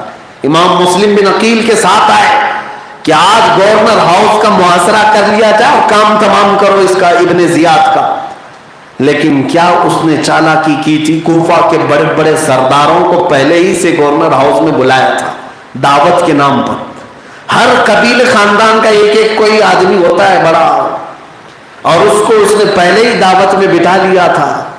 اب جب یہ 20,000 کا لشکر گورنر ہاؤس کے پاس آیا تو اس نے اپنے اندر گھر میں بیٹھے ہوئے گورنر خاندان کے بڑے لوگوں کو اتنا ڈرایا، کہا اگر تم اپنے خاندانوں کو واپس بھی نہیں بھیجو گے تو تمہاری بوٹیاں بھی میں تمہارے خاندان والوں کے ہاتھ نہیں پہنچنے دوں گا، تمہارے ٹکڑے یہی ہو جائیں گے. سب ڈر گئے، سب کو چھت پر کھڑا کیا گیا. سبوں نے اپنے اپنے خاندان والوں کو پکار کر کہا اے لوگوں جاؤ واپس چلے جاؤ، اس لیے کہ یزید فوج بھیج رہا ہے، ابن زیاد مار دے گا، اس کی پولیس آئے گی پکڑ لے گی. سارے لوگ ڈر گئے اور پھر ایک کے بعد دیگرے چھٹنے لگے. امام مسلم بن عقیل کے ساتھ جتنے لوگ تھے آپ انہیں سمجھاتے رہے کہ ثابت قدم رہو، فتح ہمارے ساتھ ہوگی. عشاء سے لے کر فجر تک امام مسلم بن عقیل وہاں کھڑے رہے. فجر کی نماز پڑھنے کے لیے جب گئے، سلام پھیر کر دیکھا تو ان کے 2 بچوں کے علاوہ کوئی نہیں۔ یہ کوفہ والوں کی غداری تھی، یہ کوفہ والوں کی بے وفائی تھی۔ سب چلے گئے، 20,000 کا لشکر آیا تھا، سب چلے گئے ڈر کر۔ بزدلوں کے لیے یہ دنیا ہمیشہ تنگ رہی ہے اور تنگ ہوتی رہے گی۔ اسی لیے میرے عزیزوں، اہل بیت اطہار خون کا گھونٹ تو پی گئے لیکن بزدلی کا گھونٹ کبھی نہیں پیا۔ اسی لیے یہ مقولہ کتنا مشہور ہے، سر داد نہ داد دست در دست یزید، سر دے دیا لیکن ہاتھ یزید کے ہاتھ میں نہیں دیا۔ یہی ہے ایمان کا حصہ۔ حامی بن عروہ کو اتنا مارا گیا تھا کہ ان کے خاندان والے دوسرے دن پھر حملہ کیے گورنر ہاؤس کے پاس۔ بہت بڑا خاندان تھا، سب تلواریں لے کر کے آئے تھے۔ تو عبید اللہ بن زیاد نے کیا کیا، جو قاضی صاحب تھے، قاضی صاحب کو بلایا اور کہا میں تمہیں حامی بن عروہ کو دکھاتا ہوں، دیکھو اور ان کے خاندان والوں سے کہو ہم نے مارا نہیں، ابھی زندہ ہیں۔ قاضی صاحب نے دیکھا اور ان کے پیچھے بھی تلوار تھی۔ چھت پر چڑھ کر کے انہوں نے خاندان والوں سے کہا میں گواہی دیتا ہوں حامی بن عروہ انتقال نہیں کیے، زندہ ہیں، وہ موجود ہیں۔ خاندان والوں نے جب قاضی شرع سے یہ بات سنی تو سب منتشر ہو گئے، چلے گئے۔ میرے عزیزوں، اب حالات ایسے سخت ہونے کے بعد کوفہ والوں نے دوسرے دن اپنے گھر کے دروازے بند کرنا شروع کر دیا۔ امام مسلم بن عقیل، یہ غریب کوفہ ان کو کہا جاتا ہے، غریب کوفہ، یہ کوفہ کی سرزمین پر اجنبی بن گئے۔ دوسرے دن جہاں سے گزرتے لوگ جلدی دروازے بند کر لیتے کہ کہیں یہ مہمان بن گئے تو وبال ہمارے سر پر نہ آ جائے، ہمارے اوپر تلواریں نہ چلیں۔ امام مسلم بن عقیل اپنے 2 شہزادوں کے ساتھ بھوکے پیاسے پورا دن گزارتے رہے، یہاں تک کہ ایک گوشت والے نے کچا گوشت آپ کو دیا تھا، اس کے علاوہ کوئی چیز آپ کو نہیں ملی۔ عزیزان گرامی، امام مسلم بن عقیل تھکے ہارے شام کے وقت ایک خاتون بوڑھی عورت تھی، اس کی عمر 80 سال کے قریب ہے، وہ اپنے گھر کے باہر بیٹھی تھی۔ اس نے دیکھا امام مسلم بن عقیل کو، فوراً کھڑی ہو گئی اور اپنے گھر میں دعوت دیا، کہا آپ میرے گھر کے مہمان بن جائیں۔ امام مسلم بن عقیل نے کہا میں اگر مہمان بن جاؤں گا تو تیرے گھر پر آفت آ جائے گی، اس کی طرف سے ابن زیاد کی طرف سے سختیاں ہوں گی۔ اس خاتون نے کہا اللہ تبارک و تعالیٰ کا میں اس بات پر شکر ادا کروں گی کہ فاطمہ زہرا کے خاندان والے کی ضیافت کرتے کرتے اگر میری روح نکل جائے تو شہادت سے کم تو نہیں ہوگی، آپ تشریف لائیں میرے گھر پر۔ حضرت امام مسلم بن عقیل، توعا نام اس کا تاریخ میں لکھا ہے، اس بوڑھی خاتون کے گھر مہمان بن گئے۔ مہمان نوازی ہوتی رہی، لیکن میرے عزیزوں ابن زیاد نے دوسرے دن امام مسلم بن عقیل کی تلاش میں پورے کوفہ میں لوگوں کو دوڑا دیا۔ پھر لوگوں کو پتا چلا کہ یہاں پر توعا نامی خاتون کے گھر امام مسلم بن عقیل ہے۔ اس خاتون کا بیٹا وہ باغی تھا، اہل بیت کا دشمن تھا، اسے اپنی ماں کی یہ حرکت پسند نہ آئی۔ اس نے ابن زیاد کے پاس جا کر 10-12 لوگوں کا لشکر طلب کیا، کہا میرے ساتھ 10-12 سپاہی بھیجو، میں مسلم بن عقیل کو اپنے گھر سے گرفتار کر کے تمہارے پاس لاؤں گا، اس لیے کہ وہ میرے ہی گھر میں ہے۔ یہ نامرد بچہ 12 لوگوں کو لے کر کے آیا ہے شیر خدا کے گھر کے ایک فرد کو گرفتار کرنے کے لیے۔ عزیزان گرامی، جب یہ محمد بن اشعث نامی شخص 12 لوگوں کا قافلہ لے کر توعا نامی خاتون کے گھر آیا، دوپہر کا وقت تھا، سخت دھوپ تھی، وہ اندر آنے کی کوشش کرتے رہے۔ امام مسلم بن عقیل اس وقت تک مقابلہ کسی سے نہیں کر رہے تھے، کسی سے نہیں کیا۔ انہیں افسوس صرف اس بات کا تھا کہ میں نے امام حسین کو خط لکھ دیا ہے کہ کوفہ کے حالات اچھے ہیں، کہیں وہ آنے والے ہوں گے اور اگر آ گئے تو ان کے خون کا سارا حصہ میرے سر پر آ جائے گا، ان کے ساتھ ہونے والے برے انجام کا سارا ثمرہ میرے سر پر آ جائے گا۔ ان کو یہ بات کا خوف ستا رہا تھا۔ امام مسلم بن عقیل نے اب پہلی مرتبہ تلوار اٹھائی اور کہا اگر تم مجھے گرفتار کرنا چاہو تو بغیر مقابلہ کیے تو نہیں گرفتار کر سکو گے. یہ شیوہ ہے اہل بیت کا. میں آپ کو بھی یہ کہنا چاہتا ہوں اگر تمہارے ساتھ ایسا معاملہ پیش آئے تو تم اتنے سستے بھی نہیں ہو کہ سر جھکا کر کے کسی کو اپنے آپ حوالہ کر دو. نہیں میرے عزیز و محمد عربی کے غلام ہو. گرفتار بھی ہوں گے تو کوہرام مچا کے گرفتار ہو انشاءاللہ العزیز. ہم نے تو مچا ہی دیا ہے, اب گرفتار کر لیں کوئی فرق نہیں پڑتا. میں آپ سے کہہ رہا ہوں دین حق کی سربلندی اور کلمہ طیبہ کا اعلان کرتے ہوئے اس دنیا سے جائیں گے. کوئی ہمارے رزق کا حاکم نہیں یہاں دنیا میں اور نہ ہی قاسم ہے. ہم جس کو مانتے ہیں اسی کی بات بھی کرتے ہیں. ہمارا عقیدہ تو یہ ہے رزق کے قاسم ہو تم, خلق کے حاکم ہو تم. جو ملا تم سے ملا یا رسول اللہ تم پہ کروڑوں تم. ہم ان کی بات کرتے ہیں, ہمیں ان کی بات سے خوف نہیں لگتا. امام مسلم بن عقیل نے کہا گرفتار کرنا ہے تو مقابلہ کرو پھر گرفتار کرو. یہ 12 کے 12 مادہ بچے آئے اور امام مسلم بن عقیل سے لڑنے کی کوشش کرتے رہے, لیکن وہ حیدر کرار کے گھر پلا ہوا مسلم بن عقیل تلوار کی لہرائی ہوئی یہ چاندنی سے اور روشنی سے ایسا قافلہ یہ گھبرایا تھا کہ کوئی مقابلے کے لیے نہیں آ سکا. تلواریں بہت چلی, 12 تلواریں ایک طرف, حیدر کرار کے گھر کے شیر کی تلوار ایک طرف, لیکن مقابلہ اتنا سخت تھا کہ کسی کے قابو میں ایک انگلی تک نہیں آ رہی تھی, ایک ہاتھ تک نہیں آ رہا تھا. طوعا نامی خاتون جو گھر میں بیٹھی ہے, اللہ ایسی مائیں سب کو عطا کرے, بیٹا باغیوں کی طرف سے لڑ رہا ہے, خاتون اندر سے پکار کر امام مسلم بن عقیل کی داد دے رہی ہے اور کہہ رہے مسلم اس طرح تلوار اٹھاؤ, اس طرح تلوار اٹھاؤ. اور وہ خاتون تو کہہ رہی تھی کہ میں تمہاری تلوار کے نیچے میرا بیٹا آ جائے تو سر کے 2 ٹکڑے کر دو.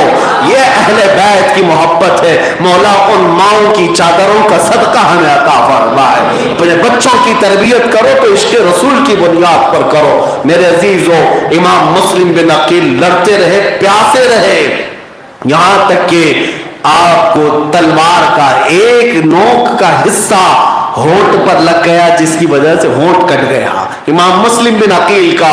اس کے بعد شدت کی پیاس آپ کو ستانے لگی. طوعا سے کہنے لگے خاتون بی بی جان مجھے پانی پلاؤ. وہ کھٹوری بھر کر پانی لائی. جیسے ہی آپ پانی پینا چاہتے خون اس میں گرتا تھا, آپ پانی پھینک دیتے, خون کا قطرہ جس میں گرا وہ ناپاک ہو جائے گا.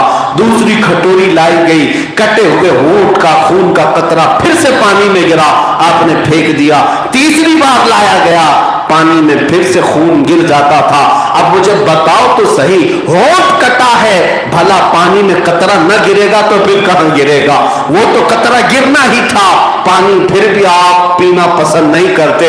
عزیزان گرامی, شریعت نے تو چھوٹ دی ہے. ایسا وقت آ جائے جب تمہارے نزا کا وقت ہو یا موت قریب لگنے لگے, تمہیں اگر ناپاک پانی ملتا ہے تو پی کر جان بچا لو. شریعت نے چھوٹ دی ہے, لیکن یہ اہل بیت کا گھرانہ ہے. چھوٹ اپنی جگہ پر, مصطفیٰ کی شریعت اپنی جگہ پر, تقویٰ اپنی جگہ پر. خون سے آلودہ پانی جس مسلم بن عقیل نے نہیں پیا موت کے قریب, میں آج نوجوانوں سے کہوں گا اگر تمہارے ہونٹ شراب سے لگتے ہیں, اگر تمہارے ہونٹ بیئر باروں کے چکر کاٹتے ہیں, اگر تمہارے ہونٹوں پر نشہ آتا ہے تو کل قیامت کے دن تمہیں بھی مسلم بن عقیل کا سامنا کرنا ہے اور جواب دینا ہے. اے نوجوانوں, دنیا کی یہ شراب تمہارے لیے نہیں ہے, مولا نے تمہارے لیے جنت کی شرابن طہورا بنایا ہے. وہ شراب ہے جس میں نشہ نہیں ہے, جس میں مدہوشی نہیں ہے, بلکہ اس شراب کی محبت کا عالم یہ ہے جتنی پیو گے اتنے مقامات بلند ہوتے چلے جائیں گے. اس شراب کے لیے دنیاوی شرابوں کو ٹھوکر مارو. مسلم بن عقیل کے ساتھ جب یہ معاملات ہونے لگے, اخیر میں ظالموں نے پینترا بدلا, داؤ چلا. جو حاجمین تمام حربوں کے طریقوں کو اپناتے ہیں ظالم اور باطل جماعتیں, کہا مسلم ہم تمہارے سے صلح کریں گے, جنگ نہیں کریں گے, صلح کریں گے. صلح میں بہت سارے بھید چھپے ہوتے ہیں. صلح کریں گے, بات یہ ہے کہ تم بھی تلوار رکھو گے, ہم بھی تلوار رکھیں گے. بات اتنی ہے کہ چلیں گے ابن زیاد کے پاس، ہم تمہاری جان کی امان دیتے ہیں، تمہیں مارا نہیں جائے گا، قتل نہیں کیا جائے گا، بات کرنا ہے تمہارے ساتھ۔ مسلم بن عقیل سے کہا گیا ابن زیاد سے تم بات چیت کر لو، بات چیت میں اتفاق ہو جائے، تمہیں جہاں جانا ہے چلے جاؤ۔ امام مسلم بن عقیل نے صلح کے اس راستے کو پسند فرمایا۔ اس کے بعد پھر آپ نے تلوار چھوڑ دی۔ یہ 12 لوگ دکھانے کے لیے تلوار چھوڑتے، امام مسلم بن عقیل جیسی ان کے پاس آئے، سبوں نے پکڑا اور اپنی گاڑی میں جو اس وقت گھوڑے کی تھی بٹھایا اور پیچھے کی طرف ہاتھ اور پیر باندھنا شروع کیا۔ امام مسلم بن عقیل نے کہا یہ پہلا دھوکہ ہے تمہاری طرف سے، یہاں سے تم نے غداریاں شروع کی۔ ہاتھ باندھا اور سیدھے گورنر ہاؤس پر لے آئے۔ امام مسلم بن عقیل جب گورنر ہاؤس پر آئے، ابن زیاد نے دیکھتے ہی گالیاں شروع کر دی، نعوذ باللہ، اہل بیت کو گالیاں دی، امام مسلم بن عقیل کی توہین کیا، کہا جھوٹوں کے بیٹے جھوٹے یہاں پر آ گئے، نعوذ باللہ۔ اس وقت مسجد میں ایک بوڑھے صحابی نابینا تھے، انہوں نے اٹھ کر کے علل اعلان کہا میں گواہی دیتا ہوں یہ جو رسول اللہ کے گھر کا شہزادہ ہے یہ سچا ہے اور سچی ماں اور سچے باپ کا بیٹا ہے، اور یہ بھی گواہی دیتا ہوں کہ آج تخت پر جو بیٹھا ہے اس کی ماں زانیہ تھی، اس کا باپ زانی تھا اور وہ زنا کی اولاد ہے۔ بڑے مجمع میں اعلان کرنا، اسی کو میرے آقا نے فرمایا ظالموں کے سامنے حق بات کا اعلان کرنا سب سے افضل جہاد، سب سے افضل جہاد ہے۔ اس صحابی کا اس نے اسی مسجد میں قتل کیا۔ ڈکٹیٹر لوگوں کو کبھی اپنی برائی پسند نہیں، فوراً مار دیتے ہیں۔ اس کے بعد امام مسلم بن عقیل سے مکالمہ ہوا، کئی باتیں ہوئی، لمبی باتیں ہوئی۔ امام مسلم بن عقیل کو آخر میں اس نے ظلماً اتنی سخت اذیتیں دی کہ جلاد کے قریب لایا گیا، ہاتھ ان کے باندھے گئے اور ان کے جسم پر کوڑے مارے گئے، اور اس کے بعد اسی پر بس نہیں کیا گیا، سارے مجمع کے سامنے امام مسلم بن عقیل کے سر مبارک کو گردن سے الگ کر دیا گیا۔ اہل بیت کی یہ پہلی شہادت ہے، داستان کربلا کی یہ پہلی شہادت ہے امام مسلم بن عقیل کی۔ کوفہ کے در و دیوار رو پڑے ہوں گے لیکن وہ شقی القلب بدبختوں کے دل پر کچھ نہ گزرا۔ اس کے بعد امام مسلم بن عقیل کے دھڑ کو سیڑھیوں سے نیچے دھکیل دیا گیا، جسم کو چکنا چور کیا گیا۔ امام مسلم بن عقیل کے سر کو دکھانے کے لیے گورنر ہاؤس کے باہر لٹکایا گیا، کوفہ والے ڈر جائیں۔ یہ ہیبت تاریخی، یہ موب لنچنگ اسی کو تو کہتے ہیں۔ مارو، ویڈیو بناؤ، پھیلاؤ تاکہ ہیبت تاری ہو جائے، لوگوں میں دہشت تاری ہو جائے۔ یہ حقیقی دہشت گرد ہیں۔ یہ کام تو کوفہ والے بھی کر رہے تھے۔ جس کے پاس طاقت تھی، جس کے پاس تخت تھا، جس کے پاس حکومت تھی، اہل حق کو مارا اور ان کے سروں کو لٹکا کر کے شاہراہ عام پر نظارہ کروایا لوگوں کے سامنے کہ لوگ دیکھیں اور ڈر جائیں، ہمارا ایسا انجام نہ ہونے پائے۔ لیکن ایک بات میں ضرور کہوں گا ہے میرے عزیزوں، ان ظالموں کو اگر لگتا ہے کہ کسی کے ٹکڑے کر کے ایمان چھین لیں گے تو ایسا نہیں، منافق ڈریں گے، ایمان والے کبھی نہیں ڈریں گے۔ ایمان والوں کے لیے یہ چیزیں خوف نہیں طاری کرتی، اس لیے کہ ایمان جس کے دل میں ہوگا وہ الحمدللہ ہر رات شہادت کی تمنا کر کے سوتا ہے۔ مولا تو اپنی راہ میں ہمیں شہادت عطا فرما۔ امام مسلم بن عقیل کے قتل کے بعد کوفہ میں سناٹا طاری ہو گیا۔ وہ خاتون رات کو آئی توعہ نام کی، جس کو امام مسلم بن عقیل جس کے گھر میں پناہ لیے تھے، وہ حجاب میں برقعے میں آئی اور گورنر ہاؤس کے پاس آ کر کھڑی ہو گئی، کہا ابن زیاد کہاں ہے؟ ابن زیاد نیچے آیا تو خاتون کہنے لگی سنا ہے مرجانہ کا بیٹا، زانیہ کا بیٹا اور زانی کا بیٹا یہاں پر حکومت کرنے کے لیے آیا ہے، اور میں نے سنا کہ جھوٹوں کا بادشاہ یہاں پر آیا ہے اور ظلم کی داستان لکھنا چاہتا ہے۔ ابن زیاد غصے میں آیا اور پوچھا کہ خاتون تم ہو کون؟ خاتون نے بغیر کسی خوف کے کہا میں وہی خاتون ہوں جس کے گھر سے مسلم بن عقیل کو آج تم لائے تھے، میرا نام طوعہ ہے۔ اتنا سنتے ہی اس نے پورا خنجر حضرت طوعہ پر مارا اور اس بوڑھی خاتون کو راستے پر کھڑے ہی شہید کر دیا۔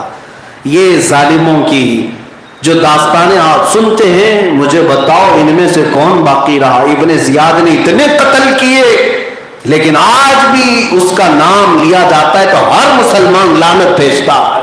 لعنت اللہ علیکم اے دشمنان اہل بیت، تم کو مزدان نار کا اے دشمنان اہل بیت۔ لیکن اس سے دردناک واقعہ جو امام مسلم بن عقیل کے بیٹوں کے ساتھ ہوا، ابن زیاد ان کے دونوں شہزادوں کی تلاش میں لگا دیا اور وہ دونوں شہزادوں کو پکڑ کر کے لا کر جیل میں بند کر دیا۔ جیل میں جو داروغہ تھا مشکور نام کا، وہ اہل بیت سے محبت کرتا تھا، اس سے ان دو چھوٹے بچوں کی قید تنہائی برداشت نہ ہوئی۔ رسول اللہ کے گھر کے یہ لاڈلے آج میری جیل میں ہیں۔ جلاد کو رحم آیا، داروغہ کو رحم آیا، اس نے رات کے وقت دونوں بچوں کو آزاد کیا اور اپنے بیٹے کو بلا کر کہا ان دونوں شہزادوں کو مدینے کے راستے جو قافلہ جا رہا اس میں چھوڑ دو، شاید میں نے زندگی میں کوئی کام نہ کیا ہو، کل اس کام کے عوض فاطمہ زہرا کو، حیدر کرار کو منہ تو دکھا سکوں گا، رسول اللہ کی بارگاہ میں کھڑا تو ہو سکوں گا۔ اپنے بیٹے کو بھیج دیا ان دونوں شہزادوں کے ساتھ۔ یہ دونوں شہزادے چل پڑے مدینے کا قافلہ ڈھونڈنے کے لیے قادسیہ کے راستے پر، لیکن جو قاضی مشکور کا داروغہ کا بیٹا تھا اس نے ان کو جو قافلے پر پہنچانا تھا دور سے دکھا کر چلا گیا۔ بچے چھوٹے سے تھے، عمر کم تھی، دوڑ نہ سکے، ٹھوکریں کھا کر گرنے لگے، کانٹے تلووں میں چبھنے لگے، وہ قافلے کی تیز رفتاری کو پکڑ نہ سکے، قافلہ بہت دور آنکھوں سے اوجھل ہو گیا اور یہ کوفہ کی سرزمین پر ہی بھٹکتے رہ گئے۔ دوسرا دن آیا، جیل کی تنہائی میں جب بچوں کو نہ پایا تو مشکور کو طلب کیا گیا۔ ابن زیاد نے پوچھا کہاں گئے بچے؟ اس نے کہا میں نے آزاد کر دیا، اب تو بھی چاہے تو میری روح کو آزاد کر سکتا ہے۔ یہ کیسی خوشی تھی، یہ کیسا اطمینان تھا۔ ابن زیاد کو اتنا غصہ آیا کہ مشکور کو اس نے قتل کیا، لیکن میں نے داستانوں میں پڑھا کہ وہ مشکور پہلا شخص تھا جس کی شہادت کے بعد، سر کٹنے کے بعد بھی چہرے مبارک پر سے ہنسی کے لب کھلے ہوئے تھے، مسکراہٹ میں دنیا سے گیا تھا، اس لیے کہ اپنے کام پر اطمینان جسے ہے دنیا سے جانے کا ڈر بھی اسے نہیں ہوگا۔ عزیزان گرامی، وفاداری کرو، دنیا سے جاتے وقت تم بھی مسکراتے جاؤ، میرے آقا سے سچی وفا کرو، دیکھنا جنازے پر ہر کوئی تمہیں دیکھ کر کہے گا ایسے کھلے ہو تو میں نے دنیا میں بھی اس کے نہیں دیکھے تھے، زندگی میں بھی نہیں دیکھے تھے۔ مسکراتے جانے کا ایک ہی راز ہے، آج وفا کرو، کل موت کا ڈر نہیں ہوگا۔ اس لیے کہ ہم تو یہ کہتے ہیں قبر میں جانے کے وقت ڈر اسے ہونا چاہیے جسے کوڑے کھانے کا خوف ہو، یہاں چوری چماری کر کے، لوٹ مار کر کے، گستاخیاں کر کے جا رہا ہو، ڈر تو ہوگا ہی کہ جہنم کے دروازے نہ کھلیں، لیکن سچی وفا میرے آقا سے کیا ہوگا تو اس شان سے جائے گا اب تو پائے ناز سے فرشتے کیوں اٹھوں۔ ہاں، قبر میں جا کر کے گر فرشتے مجھ کو قبر میں اٹھائیں تو پھر میں ان سے یوں کہوں اب تو پائے ناز سے اے فرشتوں کیوں اٹھو، مر کے پہنچا ہوں یہاں اس دل ربا کے واسطے۔ نبی کے لیے جو جا رہا ہے مرا ہے وہ خوف سے نہیں جائے گا، غم سے نہیں جائے گا، وہ مشکور کا صدقہ اللہ ہمیں عطا فرمائے۔ وفا کیا ہو تو مسکراتے ہوئے جائیں گے۔ عزیزان گرامی، یہ بچے بھٹکتے رہے، لیکن صبح کے وقت ایک خاتون کا ان پر گزر ہوا، اس خاتون نے دونوں بچوں کو اپنے ساتھ لے لیا، اپنے گھر لے گئی، اس کی ملکہ محب اہل بیت تھی، سیدہ کائنات فاطمہ الزہرا سے محبت کرنے والی، اپنے گھر میں رکھی۔ لیکن اتفاق ایسا کہ اس خاتون کا جو شوہر تھا حارث نام کا، وہ ظالم تھا، بدبخت تھا، لالچی تھا، دن بھر ان شہزادوں کو ڈھونڈ رہا تھا، اس لیے کہ عبید اللہ بن زیاد نے کہا تھا دونوں بچوں کو جو ڈھونڈ لائے گا اسے 100 اونٹ دیے جائیں گے، سرخ اونٹوں کی لالچ دی گئی تھی، اس لالچ میں وہ در در کی ٹھوکریں کھا رہا تھا، لیکن یہ شہزادے اسی کے گھر میں آرام کر رہے تھے۔ خاتون وفادار اہل بیت ہے اور شوہر نمرود اور فرعون کے نقش قدم پر چل رہا ہے، ایسے بہت سارے گھروں میں اتفاق ہوتا رہا ہے۔ اس خاتون نے بچوں کی بہت اچھی نگرانی کی، اچھا کھلایا، اچھا نہلایا، اچھے بستر پر سلایا۔ اب جب رات کو وہ شخص حارث آیا گھر پر رات کو سوئے ہوئے تھے، لیکن اتفاق ایسا کہ دونوں شہزادے خواب میں دیکھتے ہیں. خواب میں دیکھا میرے آقا صلی اللہ علیہ وسلم کو، اللہ کے نبی کو خواب میں ان بچوں نے دیکھا. صحابہ بھی ہیں، صدیق اکبر، فاروق اعظم، صحابہ کی انجمن ہے، میرے آقا کھڑے ہیں اور حضرت امام مسلم بن عقیل حضور کے پاس تشریف لا رہے ہیں. جبہ خون میں لت پت ہے، میرے آقا اپنے باہوں کو پھیلائے امام مسلم بن عقیل کا استقبال کر رہے ہیں. آ جاؤ مسلم، ہم تمہارے انتظار میں ہیں. اور حضور کے ہاتھ میں پانی کی کٹوری ہے، میرے آقا امام مسلم بن عقیل کو پانی پلانے کے لیے کھڑے ہیں. یہ بچے خواب میں دیکھ رہے ہیں، لیکن ساتھ میں میرے آقا نے اتنا ہی کہا، مسلم اکیلے آ گئے، بچوں کو کس کے حوالے کرا ہے؟ اتنا کہتے امام مسلم بن عقیل نے کہا، آقا میرے پیچھے پیچھے آنے والے ہیں، میرے پیچھے پیچھے آنے والے. اپنے باپ کو یہ بچے کئی دنوں کے بعد دیکھتے ہیں. سوچ سکتے ہو، تصور میں لا سکتے ہو، جس 8 سال 10 سال یا 12 سال کی عمر کے بچوں کے سامنے ان کے باپ کا سر دھڑ سے الگ کیا جائے اور گورنر ہاؤس پر لٹکایا جائے اور ہر گھر کا دروازہ ان کے لیے بند کر دیا جائے. یہ شام غریباں نہیں ہے تو اور کیا ہے، یہ غریبان کوفہ نہیں ہے تو اور کیا ہے. ایسی غریبی، ایسی اجنبیت کبھی نہیں آئی اہل بیت پر. ان شہزادوں کو دکھ ہوا اپنے باپ کو خواب میں دیکھ کر.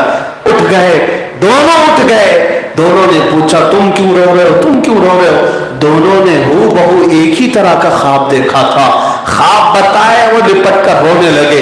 ان کے رونے کی آوازیں جب بلند ہوئی تو اس حارث نامی بدبخت کے کانوں میں آئی. اٹھ کر پوچھا، ہماری تو کوئی اولاد نہیں، یہ بچے کیوں رو رہے، کون ہے، کہاں کے ہیں؟ خاتون نے کہا، سو جاؤ، بغل کے پڑوس کے ہوں گے. لیکن اسے شک ہوا، وہ اٹھ کر آوازوں کی طرف آیا تو اپنے ہی گھر کے ایک کمرے کے اندر بستر پر 2 بچوں کو لپٹ کر روتے ہوئے دیکھا. وہ اندر آیا اور ان کے بالوں کو پکڑ کر کے اٹھایا اور کہا، تم کون ہو؟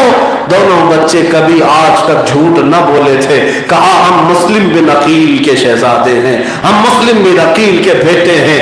جیسے ہی دونوں نے یہ کہا، اس ظالم نے دونوں کے رخساروں پر تماچے مارنا شروع کیا، دونوں کے گالوں پر تماچے لگانا شروع کیا اور کہا، تم میرے گھر میں پناہ لیے ہو، دن بھر میں تمہاری تلاش میں سرگرداں تھا، ٹھوکریں کھا رہا تھا، تم میرے گھر پر چھپے ہوئے ہو. آؤ اب میں تمہارا کام تمام کرتا ہوں اور پھر میں انعام لینے کے لیے ابن زیاد کے پاس دارالعمارت میں جاتا ہوں. بچوں نے اب جا کر محسوس کیا کہ یہ ظالم ہے، یہ بدبخت ہے. پہلے تو انہوں نے یہ سمجھا تھا کہ اہل بیت کا چاہنے والا گھرانہ ہے، لیکن اب انہیں اندازہ ہوا وہ بی بی، وہ خاتون جو بچوں کو لائی تھی، وہ لپٹ گئی، اپنے شوہر کے قدموں میں گر گئی. کہا، میرے شریک حیا، میرے سردار، میں اپنی جان لٹا دوں گی، ان بچوں کو معاف کر دے، چھوڑ دے، ان کا کیا قصور ہے. آج تو اپنے گھر میں ان کو رکھے گا، کل زہرا سے تجھے جنت ملے گی، ان کے باپا حسن و حسین سے تجھے جنت ملے گی، رسول اللہ کے سامنے تو سرخرو ہوگا. لیکن جس کے دل پر دنیا کی لالچ گھر کر جاتی ہے، اسے دین کی کوئی نصیحت کام بھی نہیں کرتی ہے. وہ اپنی بیوی کو دھکے مارتا ہوا، لات مارتا ہوا الگ کر گیا، یہاں تک کہ وہ پھر لپٹ گئی، بچوں کے درمیان آ جاتی تھی. اس بات پر ظالم شوہر نے اس خاتون کو اتنا مارا تھا مکوں سے کہ اس کی ناک پھٹ گئی تھی، چہرہ خون سے زرد ہو گیا، لال ہو گیا. میرے عزیز و خاتون جب بے بس ہو گئے، ان دونوں بچوں کو وہ کھینچتا ہوا بالوں سے دریائے فرات تک لے گیا، اپنی چمکتی ہوئی تلوار لے کر کے. ان بچوں کا کام تمام کرنے کا ارادہ تھا. چھوٹے سے بچے تھے، ننھے سے بچے تھے. ہمارے ہاں جس کے سینے میں ایمان ہے، اتنا تو ہم مانتے ہیں، ہم جانوروں کو بھی یا جانوروں کے بچوں کے سلسلے میں بھی رحم کرنا اسلام نے ہمیں سکھایا ہے. لیکن یہ اہل بیت اطہار کی خاندان کے رسول اللہ کے شہزادوں میں سے تھے. رحم اگر نہیں آیا تو کون سی چیز نے پردہ ڈالا تھا؟ یہ دنیا کی ہوس تھی، یہ دنیا کی لالچ تھی، یہ دنیا کے تخت و تاج کی ہوس ہرس تھی. اس لیے میں کہتا ہوں میرے عزیزوں، دولت ہزاروں کو اندھا کر دیتی ہے، ماں کی تصویر دھندلا کر دیتی ہے، باپ کی تصویر دھندلا کر دیتی ہے. ان پیسوں کے چکروں میں ہم نے دیکھا ہے باپ بیٹے کا قتل کرتا ہے، بیٹا باپ کا قتل کر دیتا ہے، ماں کے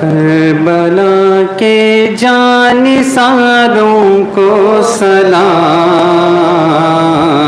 فاطمہ زہرا کے پیاروں کو سلام، کربلا کے جانثاروں کو سلام،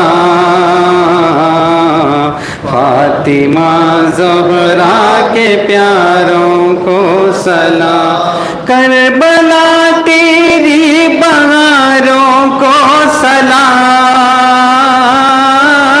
کربلا تیری بہاروں کو سلام،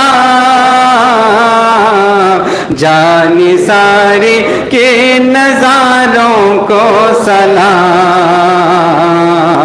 جانثاری کے نظاروں کو سلام، کربلا کے جانثاروں کو سلام، فاطمہ زہرا کے پیاروں کو سلام، یا حسین ابن علی مشکل کشا،